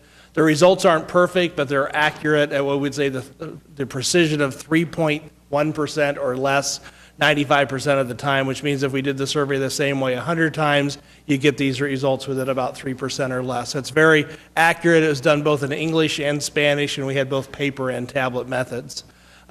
Just some of the things that we found, if you look at the next chart, just shows the distribution of the people who use services. We had a number of your monthly folks who have it paid by their employer. We also got impact from people who just showed up for short periods of time and also from special events. The next chart actually just shows the introduction to the following chart, which are what are the things that are most important to respondents. And you're familiar with some of the analysis that we do if you've seen the previous surveys we've done where we ask people how satisfied they are with different service attributes and how important those attributes are. What you'll notice is we then look at the overall importance of those items and we develop kind of a rating that shows you where would you get the most benefit on your overall satisfaction if you focused on which areas were rated highly. And you'll see that the overall operation of elevators were at the top of the list. And if I come down the list, I might highlight that price is usually the biggest thing that people care about. But if you notice when it comes to importance, the number 2 most important was facility cleanness. And I'm following that third column where it says most important rank. And if you work your way down further, the time it takes to exit the garage was 4th. And the operation of the exit gates and pay station was 3rd. And the operation of the pay and exit was 4th. So you can see your top issues really aren't with pay. And so that means you're probably pricing things about right. But making sure that people can certainly get in and out of the elevators and in and out of the facilities quickly and conveniently is certainly at the top of the list of ways to do things better. Next thing we took a look at was also their overall perception of parking experience. And this chart just shows you that it's extremely high. 38% of the people surveyed were very satisfied. Another 30% gave positive ratings. Just 12% of the people surveyed were dissatisfied. So in other words, the people having really good experiences, 38%, is a 3-to-1 ratio of those who are having bad experiences. So all in all, the off-street parking survey really suggests that right now you're doing a pretty good job, but the area that's most likely to have opportunities for improvements are with the elevators. Next survey we looked at were people here in the community that don't use public transit to gather their input to see what they would think about using it and even their awareness of it. The survey was similar to the ones that we've done in the past in 2016. And as I said, since you've got a new brand, we want to kind of make sure that our people understanding that Embark is the transit service and are you doing a good job and what can you do to encourage people to use the service. Next chart just shows the methodology. It involved a sample of 800 randomly selected folks throughout the service area. It was administered in both English and Spanish, and you can see the margin of error is comparable to what we consider our standard for most of the other surveys that we do for the city. When you look at some of the things that we found is first, this actually comes from your annual survey, not this survey. If you look at the next chart, when we do the important satisfaction analysis for the survey that we do annually, clearly, as I have told you the last couple of years, streets is the top issue. But that may overshadow the fact that public transit is actually 3rd down the list. So it is important to folks. Satisfaction certainly has gotten better. You can see it went from 22% to 25%, so it's gone up a little bit, but it's one of the higher important opportunities for improvement that we flagged each year. But it's far down the list from high or streets, which is one of the reasons I may not emphasize it annually as much. One of the other things that we found is we just asked people how important it was to invest in public transit for the long-term future. You'll see that 77% thought it was at least somewhat important, which is about the same as it was in the previous year. So it is important to folks, and you can see only 10% said it was not important. As far as some of the other things that we found, the next sign shows the overall awareness Embark. And I think you're really to be commended as how you've communicated the name change and what the organization is all about. In just a couple years, you've raised awareness to 71%. And you'll notice that just from last year to this year, there's almost a 20% increase in the percentage of people who are aware of your name. So doing a great job of marketing and communicating it. So hats off to the city for letting people know that. Was that multiple choice? Actually, we basically gave them a list of places, and then they picked which ones you can see that came up with. So as far as commuters would use it under the right conditions, one of the things we wanted to find out is what would get them to do it and whether they'd even consider it. This chart actually shows whether or not people would ever consider riding public transit. Because a lot of people think, well, Oklahoma City, Kansas City, we just have a culture that's not transit-oriented. That's not really true. If anybody here's been to Disney World, you've probably used public transit, and this data really shows that people would consider it under the right conditions. One of the challenges is you have a giant city with really low density, and so how can you put the level of service that people would expect and actually get them to use? But the majority of people certainly would. Only a few people said they would never ride it even if it was free. And you can see that a majority transit was actually up from 2016, where it actually was from 55 to 66%. And that's probably some of the impact of your brand changes, where people are considering it even more now than they did before. Some of the other things that we looked at were just what the service characteristics that were most important to people who aren't using it.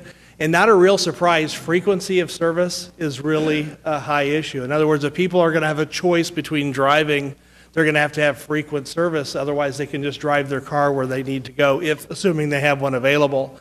Comfort and cleanliness, overall on-time performance, and you can see working your way down to safety. Those are also at the top of the list. And you'll see the on-time performance was actually the one selected by the most people as being very important. So having a reliable system that comes by frequently and ease of getting from one place to another were all things that were important to folks. Things like Wi-Fi, not as important. We then did some of the analysis of the data, or we looked at the rider survey next, and we looked at one of the things that your current riders actually think about the current system. And one of the things for this is to really give you an assessment, are the people who are using your service satisfied, and are there opportunities to make the system even better?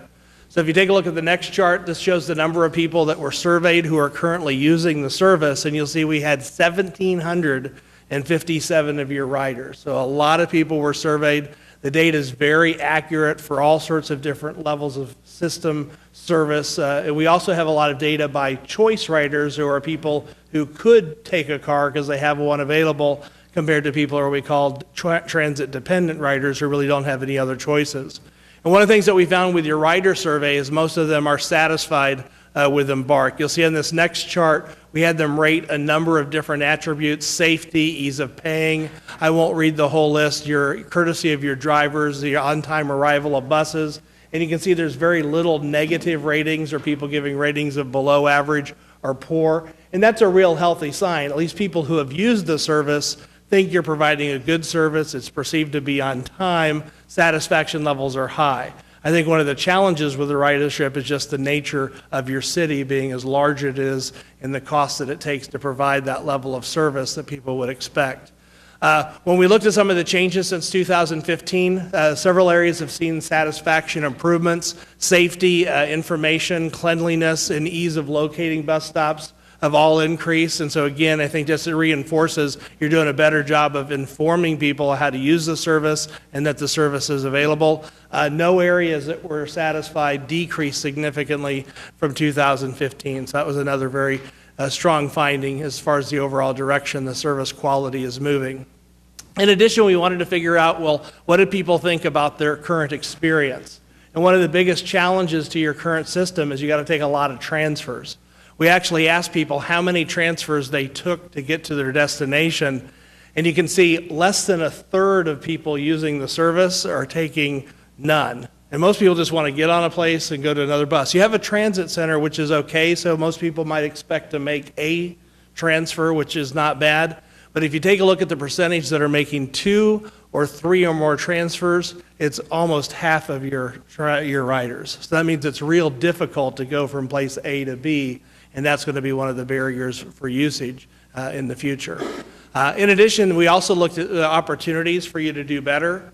You'll see here a similar analysis that I showed you on the previous slide, but this is what gets current riders to stay, or what are the things that you can do to make the current system better to meet their needs. And you can see the things they care about: making sure buses are on time, making sure drivers are nice and courteous, making sure there's accessible bus stops, and then the overall frequency of service. So those 4 things were most important They were also the areas that we identified as the most greatest opportunities for improvement. What's interesting is this is the data for choice riders. These are people who could choose to drive a car or had other cars available.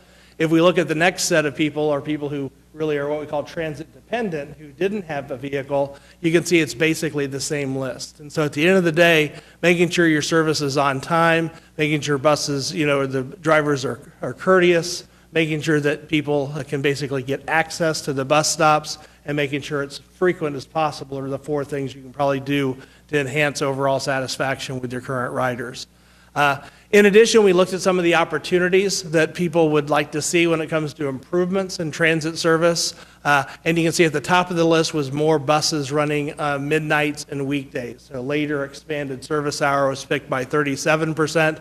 You can see that's a new one we added this year. Sunday service was up significantly this year from last year at 25% compared to 11% 2 years ago.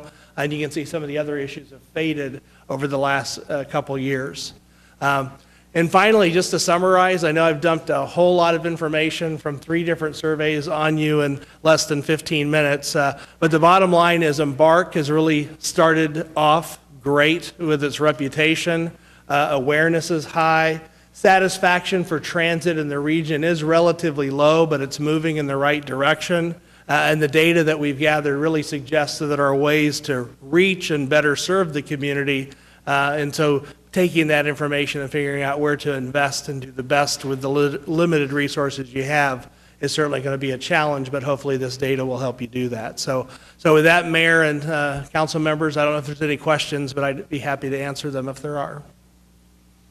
Certainly. Any questions? Okay. I guess if we had to prioritize things to change, what would you say the number one thing is that we should do first? Well, that's hard to put me on the spot. I'd actually probably defer to your operators of the system and your staff at Embark. I mean, they're the ones who are commissioning us to use the data, and I think they have a pretty good handle on operations. And just compared to other agencies that we work with, they seem to be integrating this information pretty well with their decision-making process. So they'd probably be better equipped to speak than I would. I think we'll have a full discussion of that in the next couple of weeks in the budget. Okay. All right. Well, thank you so much. Thank you. Jim? Yes. And in the interest of time, I would suggest that we do the presentations on the council priorities at a future council meeting. Okay. Move to the next item. All right. Well, that concludes the city manager reports. Then we have item 13, citizens to be heard. And I would, of course, remind everybody we have quite a few signed up to try to limit your remarks to 3 minutes. And always remember to state your name and your address. And we'll begin with Jeremy Moses. And I believe we have a microphone for you.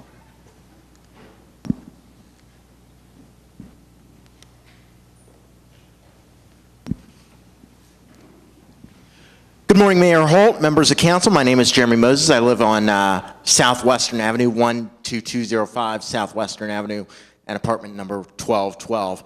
The reason I'm up here this morning is I was using the Oklahoma River Trail on the north side of the river yesterday, and I happened to have to dodge multiple trucks using the trail to access different, I guess there were work zones along or near the trail. And I think this is a hazard for people like myself with wheelchairs who really have to get out of the way quickly because if we end up in the river, that's obviously a safety concern.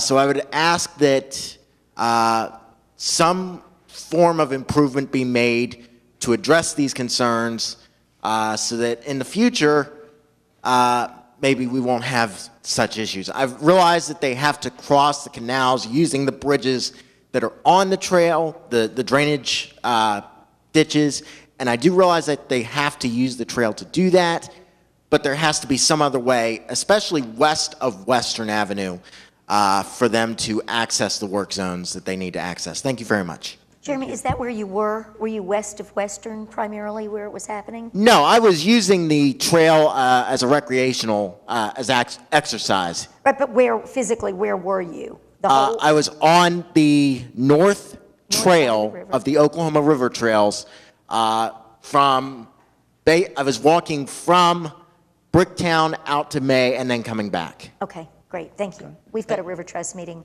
at 1 o'clock today, so we can mention that to them. Thank you, yeah. Thank you for your raise patience this morning. Thank you for bringing it to our attention. And yeah, I don't know if Eric came into the room maybe to visit with you outside. Yeah, possibly. you might want to talk to Mr. Winger, he can talk to you for Yeah, a minute. that's our Public Works Director, and let you guys take it from here.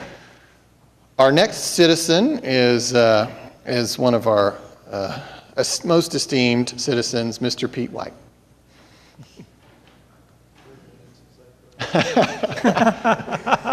Everyone start your stopwatches. You'll notice I kept moving forward all the time. I didn't want you to, one, either see me fall or use up my whole 3 minutes getting up here. I'm Pete White. My address is 13733 Southeast 134th. And I'm here to, well, a couple of things. One is that I'll really try to keep myself to 3 minutes because this was as a councilman, this was always my favorite day because you got fed across the street with the festival, and that you can't hardly beat that. The other thing is, most of my comments that I have today, all of you have heard before except the mayor and Ward 4 councilman. The rest of you have heard. You know what I think about ward expansion.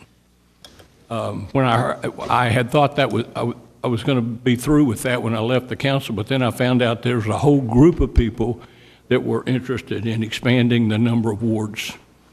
And so rather than just go over all the details about it, you know, I used to say, and I told Councilman Stone this past week, that one of the things I used to talk about when I'd meet before neighborhood associations is that if my ward was a city, it would have been the 17th largest city in the United States geographically.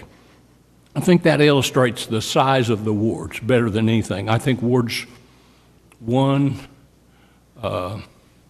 3, 4, and 7 are, in my opinion, almost unmanageably large.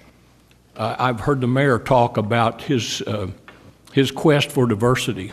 There's very little that could be done that would improve diversity on this horseshoe that would exceed the value of expanding the wards. There's no question about it. It would give access to minority groups, more seats, might bring more ladies, which I think when you look around this horseshoe, it's only one woman. Half or better of the people in this city are female. You only have one female represent the views of Oklahoma City. We don't see one Hispanic. We see all the wards growing in ways that will make the election of minorities more difficult rather than easier. I think there are going to be some people speak after me to bring some detail to that, but I just want you to know that that I haven't quit that. I think the only thing that's I was more disappointed with when I left the council was I wasn't able to get backyard chickens. But other than that, the ward expansion was always something that's important to me. I don't want to talk any longer. You guys have to open the Arts Festival, and there are several other people that want to talk after me. But I want to let you know that because of the low turnout in the mayor's race, the few people that voted in the mayor's race, it makes it possible for citizens groups to much more easily bring matters to through the initiative petition, bring them to election than probably ever certainly in the last 25 years, it's never been more likely that it can be done. And I suspect this matter, with the importance that it has, you'll see that if we can't convince the council to take a serious look at it. It's time to do it, and I appreciate the time, and I know you're going to enjoy your lunch. Thank you.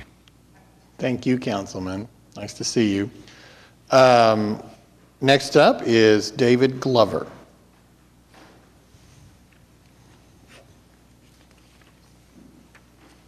David Glover, 5437 North Military. The bond just smoothed out our roads. Very nice, much less standing water on the edge. Thank you very much to Eric and everybody. We have a great city, but what could make it even greater? What would signal the most to the people, to the far reaches and people who don't necessarily look like us, that we really care about them? Maybe the best way to include more of them would be in the decision-making process, which ultimately is right at this body. Mayor Holt has already cast a really good tone in all the words that he has talked about inclusion and diversity. But now's the time for possible deeds. Does anybody know, and I'll just ask you rhetorically, how long there's been 8 representatives to the city of Oklahoma City? By decade. You can pick a decade. I know Frances knows, so she can't answer. I've asked a number of people. Some people said thought 80s.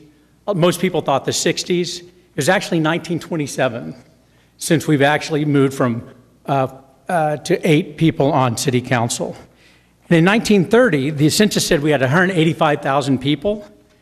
That's 23,000 people per representative. In 2018, we have about 653,000. That works out to 81,000. So we've gone up in population 3.5 times, and we've stayed static. If we would have actually increased the number to maintain the same representation, we would have had about 28 people on city council.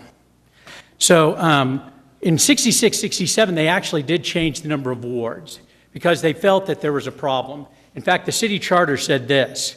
Oklahoma City Charter makes it mandatory if a 25% disparity exists that voter registration between wards be equalized as nearly as practical every 10 years. And that they said that their period of time it's been apparent that there's a substantial disparity exists in the number of registered voters residing in the 4 wards.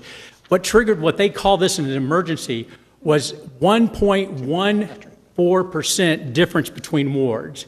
Now we have 6 out of 8 wards are out of disparity by up to 64%.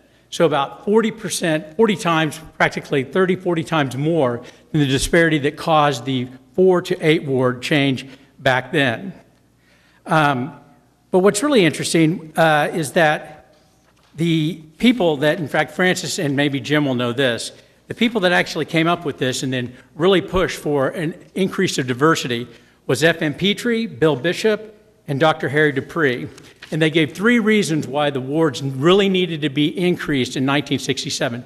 And Pete's brought it up in the 90s. It's been considered. You can see some articles that have been written. They gave these 3 reasons. Encourage the greatest possible extent citizen concern and participation in its government and its elected governing body. 2, it should, to the extent possible and practical, provide for representation of citizens living in various geographical areas of the city. And 3, it should encourage concern, interest, and responsibility on the part of elected officials, not only for the district they represent, but also for the welfare of those who are living in other wards and the overall welfare and progress of the city. We have a great city, and we really have a really special opportunity. It's been brought up for decades, and I think now is the time. Thank you. Thank you, David, and thank you to everyone for coming down. Next up is Leslie Borbrake. I apologize if I'm butchering that and your handwriting. And I have to go, personally, I have to go open the Arts Festival, and so I'm going to be turning over the chair to Vice Mayor Salyer moving forward. But thank you, everybody, for coming down here this morning. And Leslie, you are recognized, and from here on out, it'll be Vice Mayor Salyer. It's pronounced Bone Break. Bone Break. I'm Leslie Bone Break, 3101 Cary Place, Moore, Oklahoma, 73160. I just like to state that the city of Norman has 110,000 residents, roughly 1/6 the population of Oklahoma City, and it has 8 council members. Thank you for your time. Okie dokie. Hi, everybody. Thanks. I'd like to also welcome everybody here today. I appreciate it very much. Our next citizen to be heard is Jesus Dario Elizondo. Can you help me with the last name?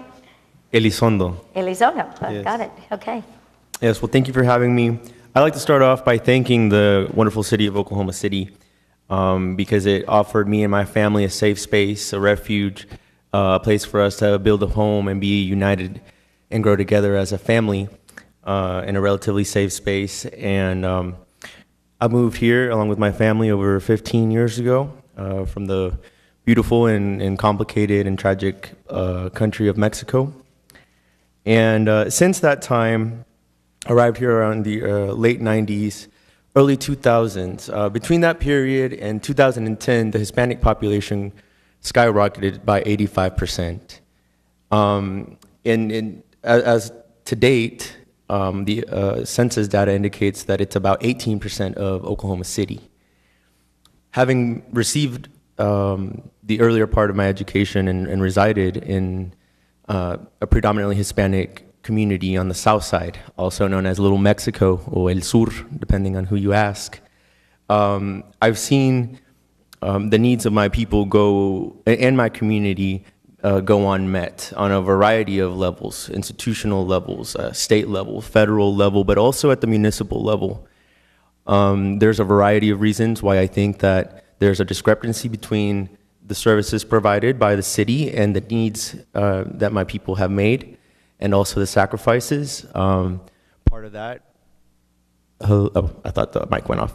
Part of that I think has to do with the number of wards, but also the way that the wards are districted. So if you take a look at the ward map and you see where the predominantly Hispanic neighborhoods are and the Hispanic communities are located in the city south of the river, north of Southwest 122nd, and between both highways, you see that 5 districts have whittled away at the communities and placing them as minorities within a district that could be very well be a majority Hispanic district, and therefore ensure greater representation among your ranks. Lastly, and so that argument is a very technical argument, right? The increasing population, and we can look at the data, but I think that there's also a moral argument to be made, that you can recognize the efforts, the labor, the sweat, the sacrifices that my communities have given to the city of Oklahoma, and this wonderful endeavor that you call the Renaissance, the new Renaissance here in Oklahoma City. I look at who is constructing the buildings here, who is constructing the roads here, and I think that we have deserved just on a purely meritorious argument a place at the table where you sit today. Thank you. Thank you, Jesus. Next to speak is Lena Davis.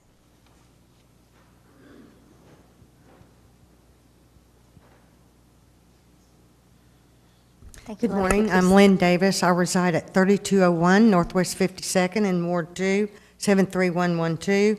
I just wanted to reiterate that when the wards and representation from 1966, the council members each represented about 47,000 residents. Today, it's up to almost 80,000 in some of the wards, I believe. The increased representation, not to be redundant, but doesn't really seem to reflect our minority groups, as the previous gentleman stated. And I know I think all of us read the interview with Mayor Holt in the Chamber, Cityscape, I believe is the name of it, in which he said that, I'm going to quote him, we have to better incorporate diversity of our city into decision-making. And we feel that by increasing the representation, the number of wards, that this would accomplish that. Thank you. Thank you very much for coming. I think this looks like Samus Fredrickson.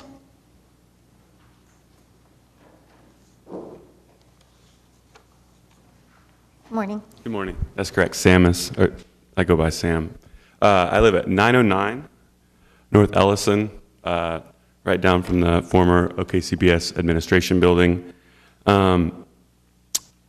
Just back to these numbers games. One of the numbers that's been put out for expansion would be to go from 8 to 12. Even that on its own would take us to 50,000 citizens per one ward member. If you look at some other cities with comparable population to Oklahoma City, one you can take, for example, is Nashville, has 684,000 plus and 35 council persons. So they're at that number around 20,000 citizens per council person that Oklahoma City started out on. So I think there's just some catch up to be done. If you look at this, you take a big step back and look how other cities have evolved and taken measures to essentially maintain representation. I can speak for just my own experience living in Oklahoma City my entire life, that where people are connected to their council person, in my own experience, there's just a different attitude about Oklahoma City and where it's going. Some people I talk to who feel connected have this positive, engaged kind of light in their eye idea about where Oklahoma City is going. Other people I meet and talk to from other parts of the city, it's a complete 180. So I think that speaks to the importance of representation and just moving us forward in this way, as Oklahoma City has been moving forward in other aspects over the last 10, 15 years. So thank you very much. Thank you, Sam, very much. Appreciate you coming down. Rena Paulette Guay.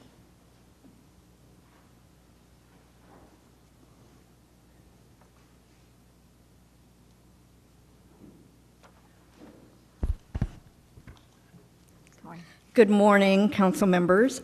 My name is Rena Paulette Gay, and I live at 2346 Northwest 35th Street, and that is in Ward 2. And to start off, I want to also quote from the excellent interview with the new Mayor Holt in Cityscape. One of the things he said was, quote, "There are communities that have not felt a part of our decision-making and our momentum, and for our city to succeed in the long term, that has to change." I could not agree with him more. With all due respect, the current council does not really reflect the diversity of our city. It doesn't reflect the various socioeconomic classes. It doesn't represent different ethnic and racial groups completely, such as Hispanic, Asian, and Native American. It doesn't reflect the different ages in our community, and it doesn't, in my opinion, reflect the different priorities and interests that people across our city have. Now, all of those differences among us, I mean, we all love our city, but those kind of differences actually strengthen a city. It make it a better place to live and more interesting place to live. Now, if you increase the wards, that means that by having each one be smaller, you can maintain those kind of different flavors through the city. And as was mentioned earlier, the representation is really important.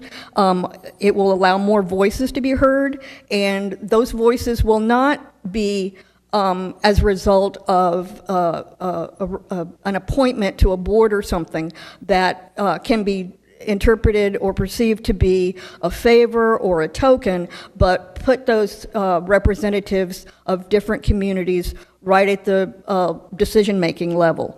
Now, I want to mention another city, and that is Memphis. Very similar in population to Oklahoma City. The number I have is 652,717. How many council members do they have? 40. That's 40, 4-0. Now, I think that asking for 12 puts, in that context, makes 12 a relatively conservative number to ask for, and that'll probably be the only conservative argument you'll ever hear from me. Thank you very much. Thank you so much for coming down. We certainly appreciate your comments. Garland Pruitt next.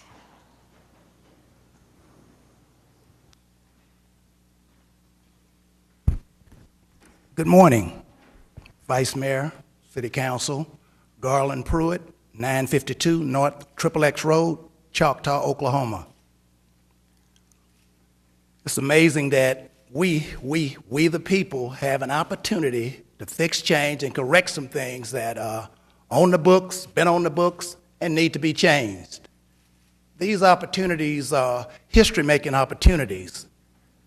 if we can come in here today and address AutoZone, Buffalo Wings, and parking lots, we ought to be able to expand our thoughts on expanding democracy here in Oklahoma. We call ourselves the Sooner State. Let us be sooner versus later when we see that other cities and municipalities have put forth the effort of inclusion. Inclusion is what it's all about. My organization was founded on tearing down the walls that separate us and divide us. So we as elected officials need to be, has to be, thinking progressively and fixing, changing, and correcting some situations that you have the power to do that. Our kids and our grandkids, they need to see that they had some leadership that sent them in a direction that was beneficial not only for the city of Oklahoma, but the state as well as the nation. When we look around Oklahoma City right now, dirt being broke everywhere we look, and there's not an inclusion. The cranes all over the city and everywhere we look, some progress is being made. You all play a role in that progress. We need you to continue to play a role in that progress. The expansion is needed. It's overdue. You have the power. We're counting on you. We're leaning on you. We're depending on you to make the right decision when it comes to the expansion right here in Oklahoma City. You have that power. You have that influence. You have that title. You have that responsibility. We're looking for you to step up to the plate, make the difference, and be held accountable for Oklahoma. Make us proud by your decision of expanding the wards. Thank you. Thank you, Garland, for coming down. Next is John. Is it Crawford or Crawford? Okay. Wasn't sure if that was a C or a G.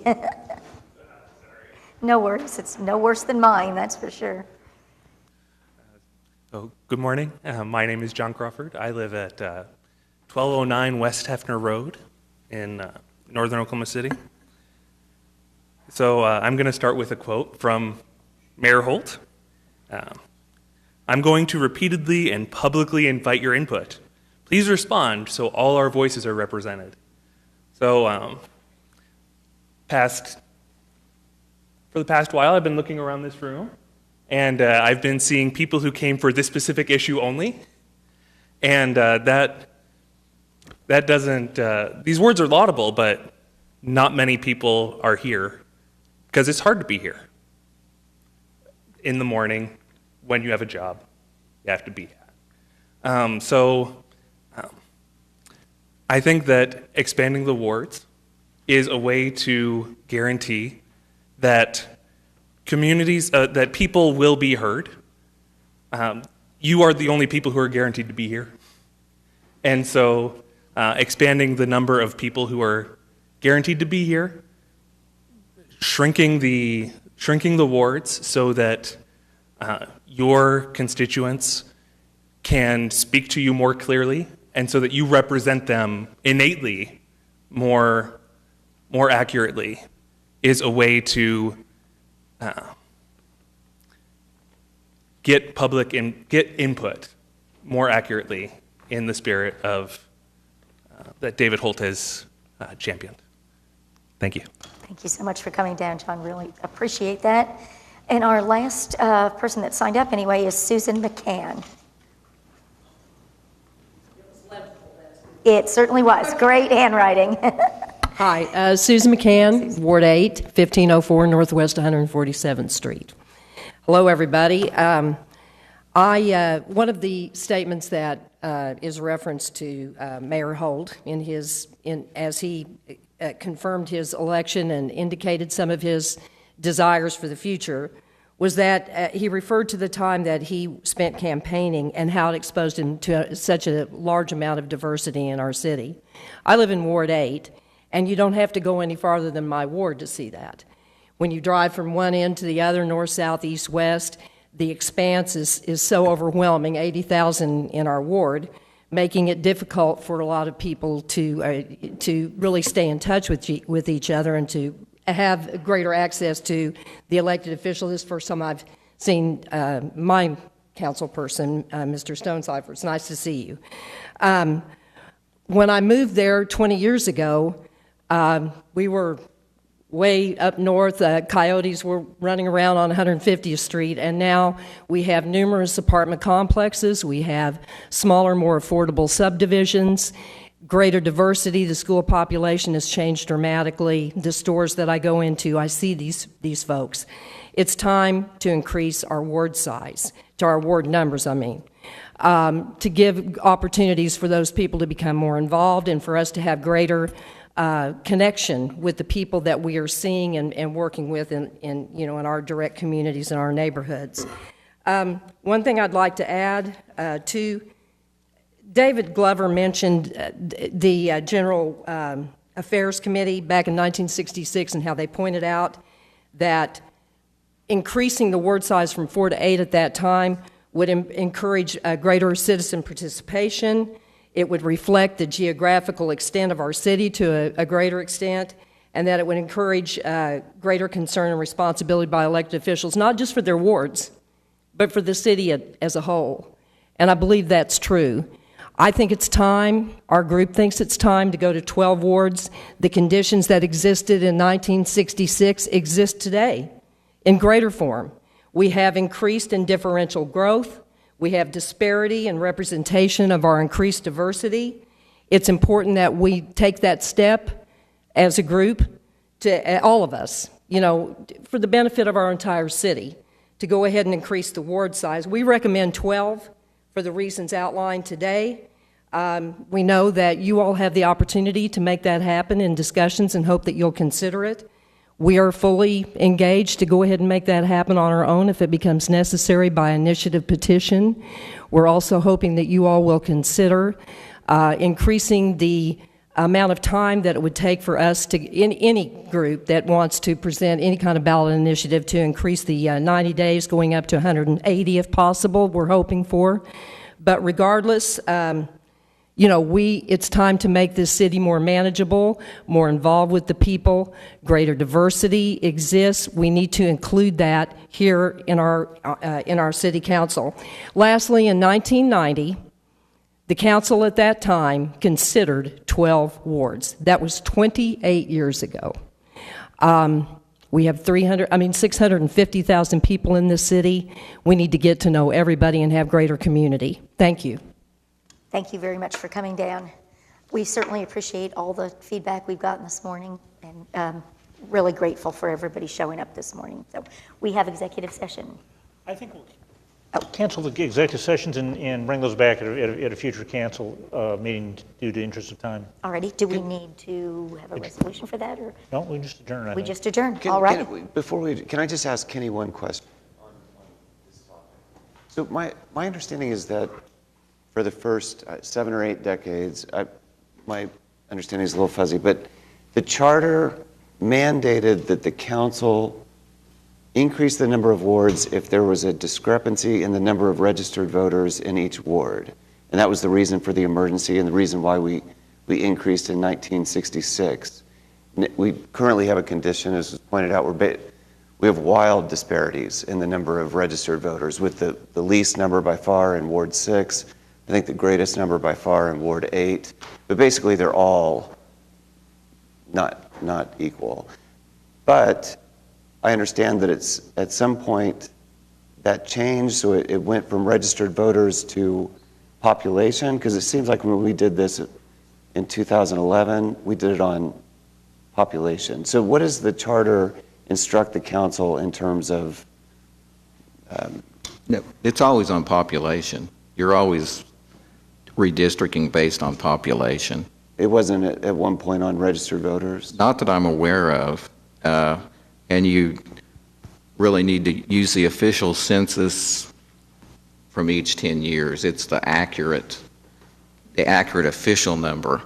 In between the censuses, they take surveys and stuff, but those aren't necessarily totally accurate. So that's why if you're going to do anything, it would really need to be with a new census. So does the charter give the council the authority to increase the number of wards, or it'd have to be a charter amendment? No, right now the council could. Article 11, Section 2 of the charter says council can create additional wards or change the boundaries of existing wards. At any time? Well, you have to do it with an accurate census. Otherwise, it's potentially could be legally challenged. If you don't have the official census numbers when you do that, you're taking a risk that somebody will come in and say that that's not accurate. Okay. All right. Thank you. Right, I think with that, we are adjourned.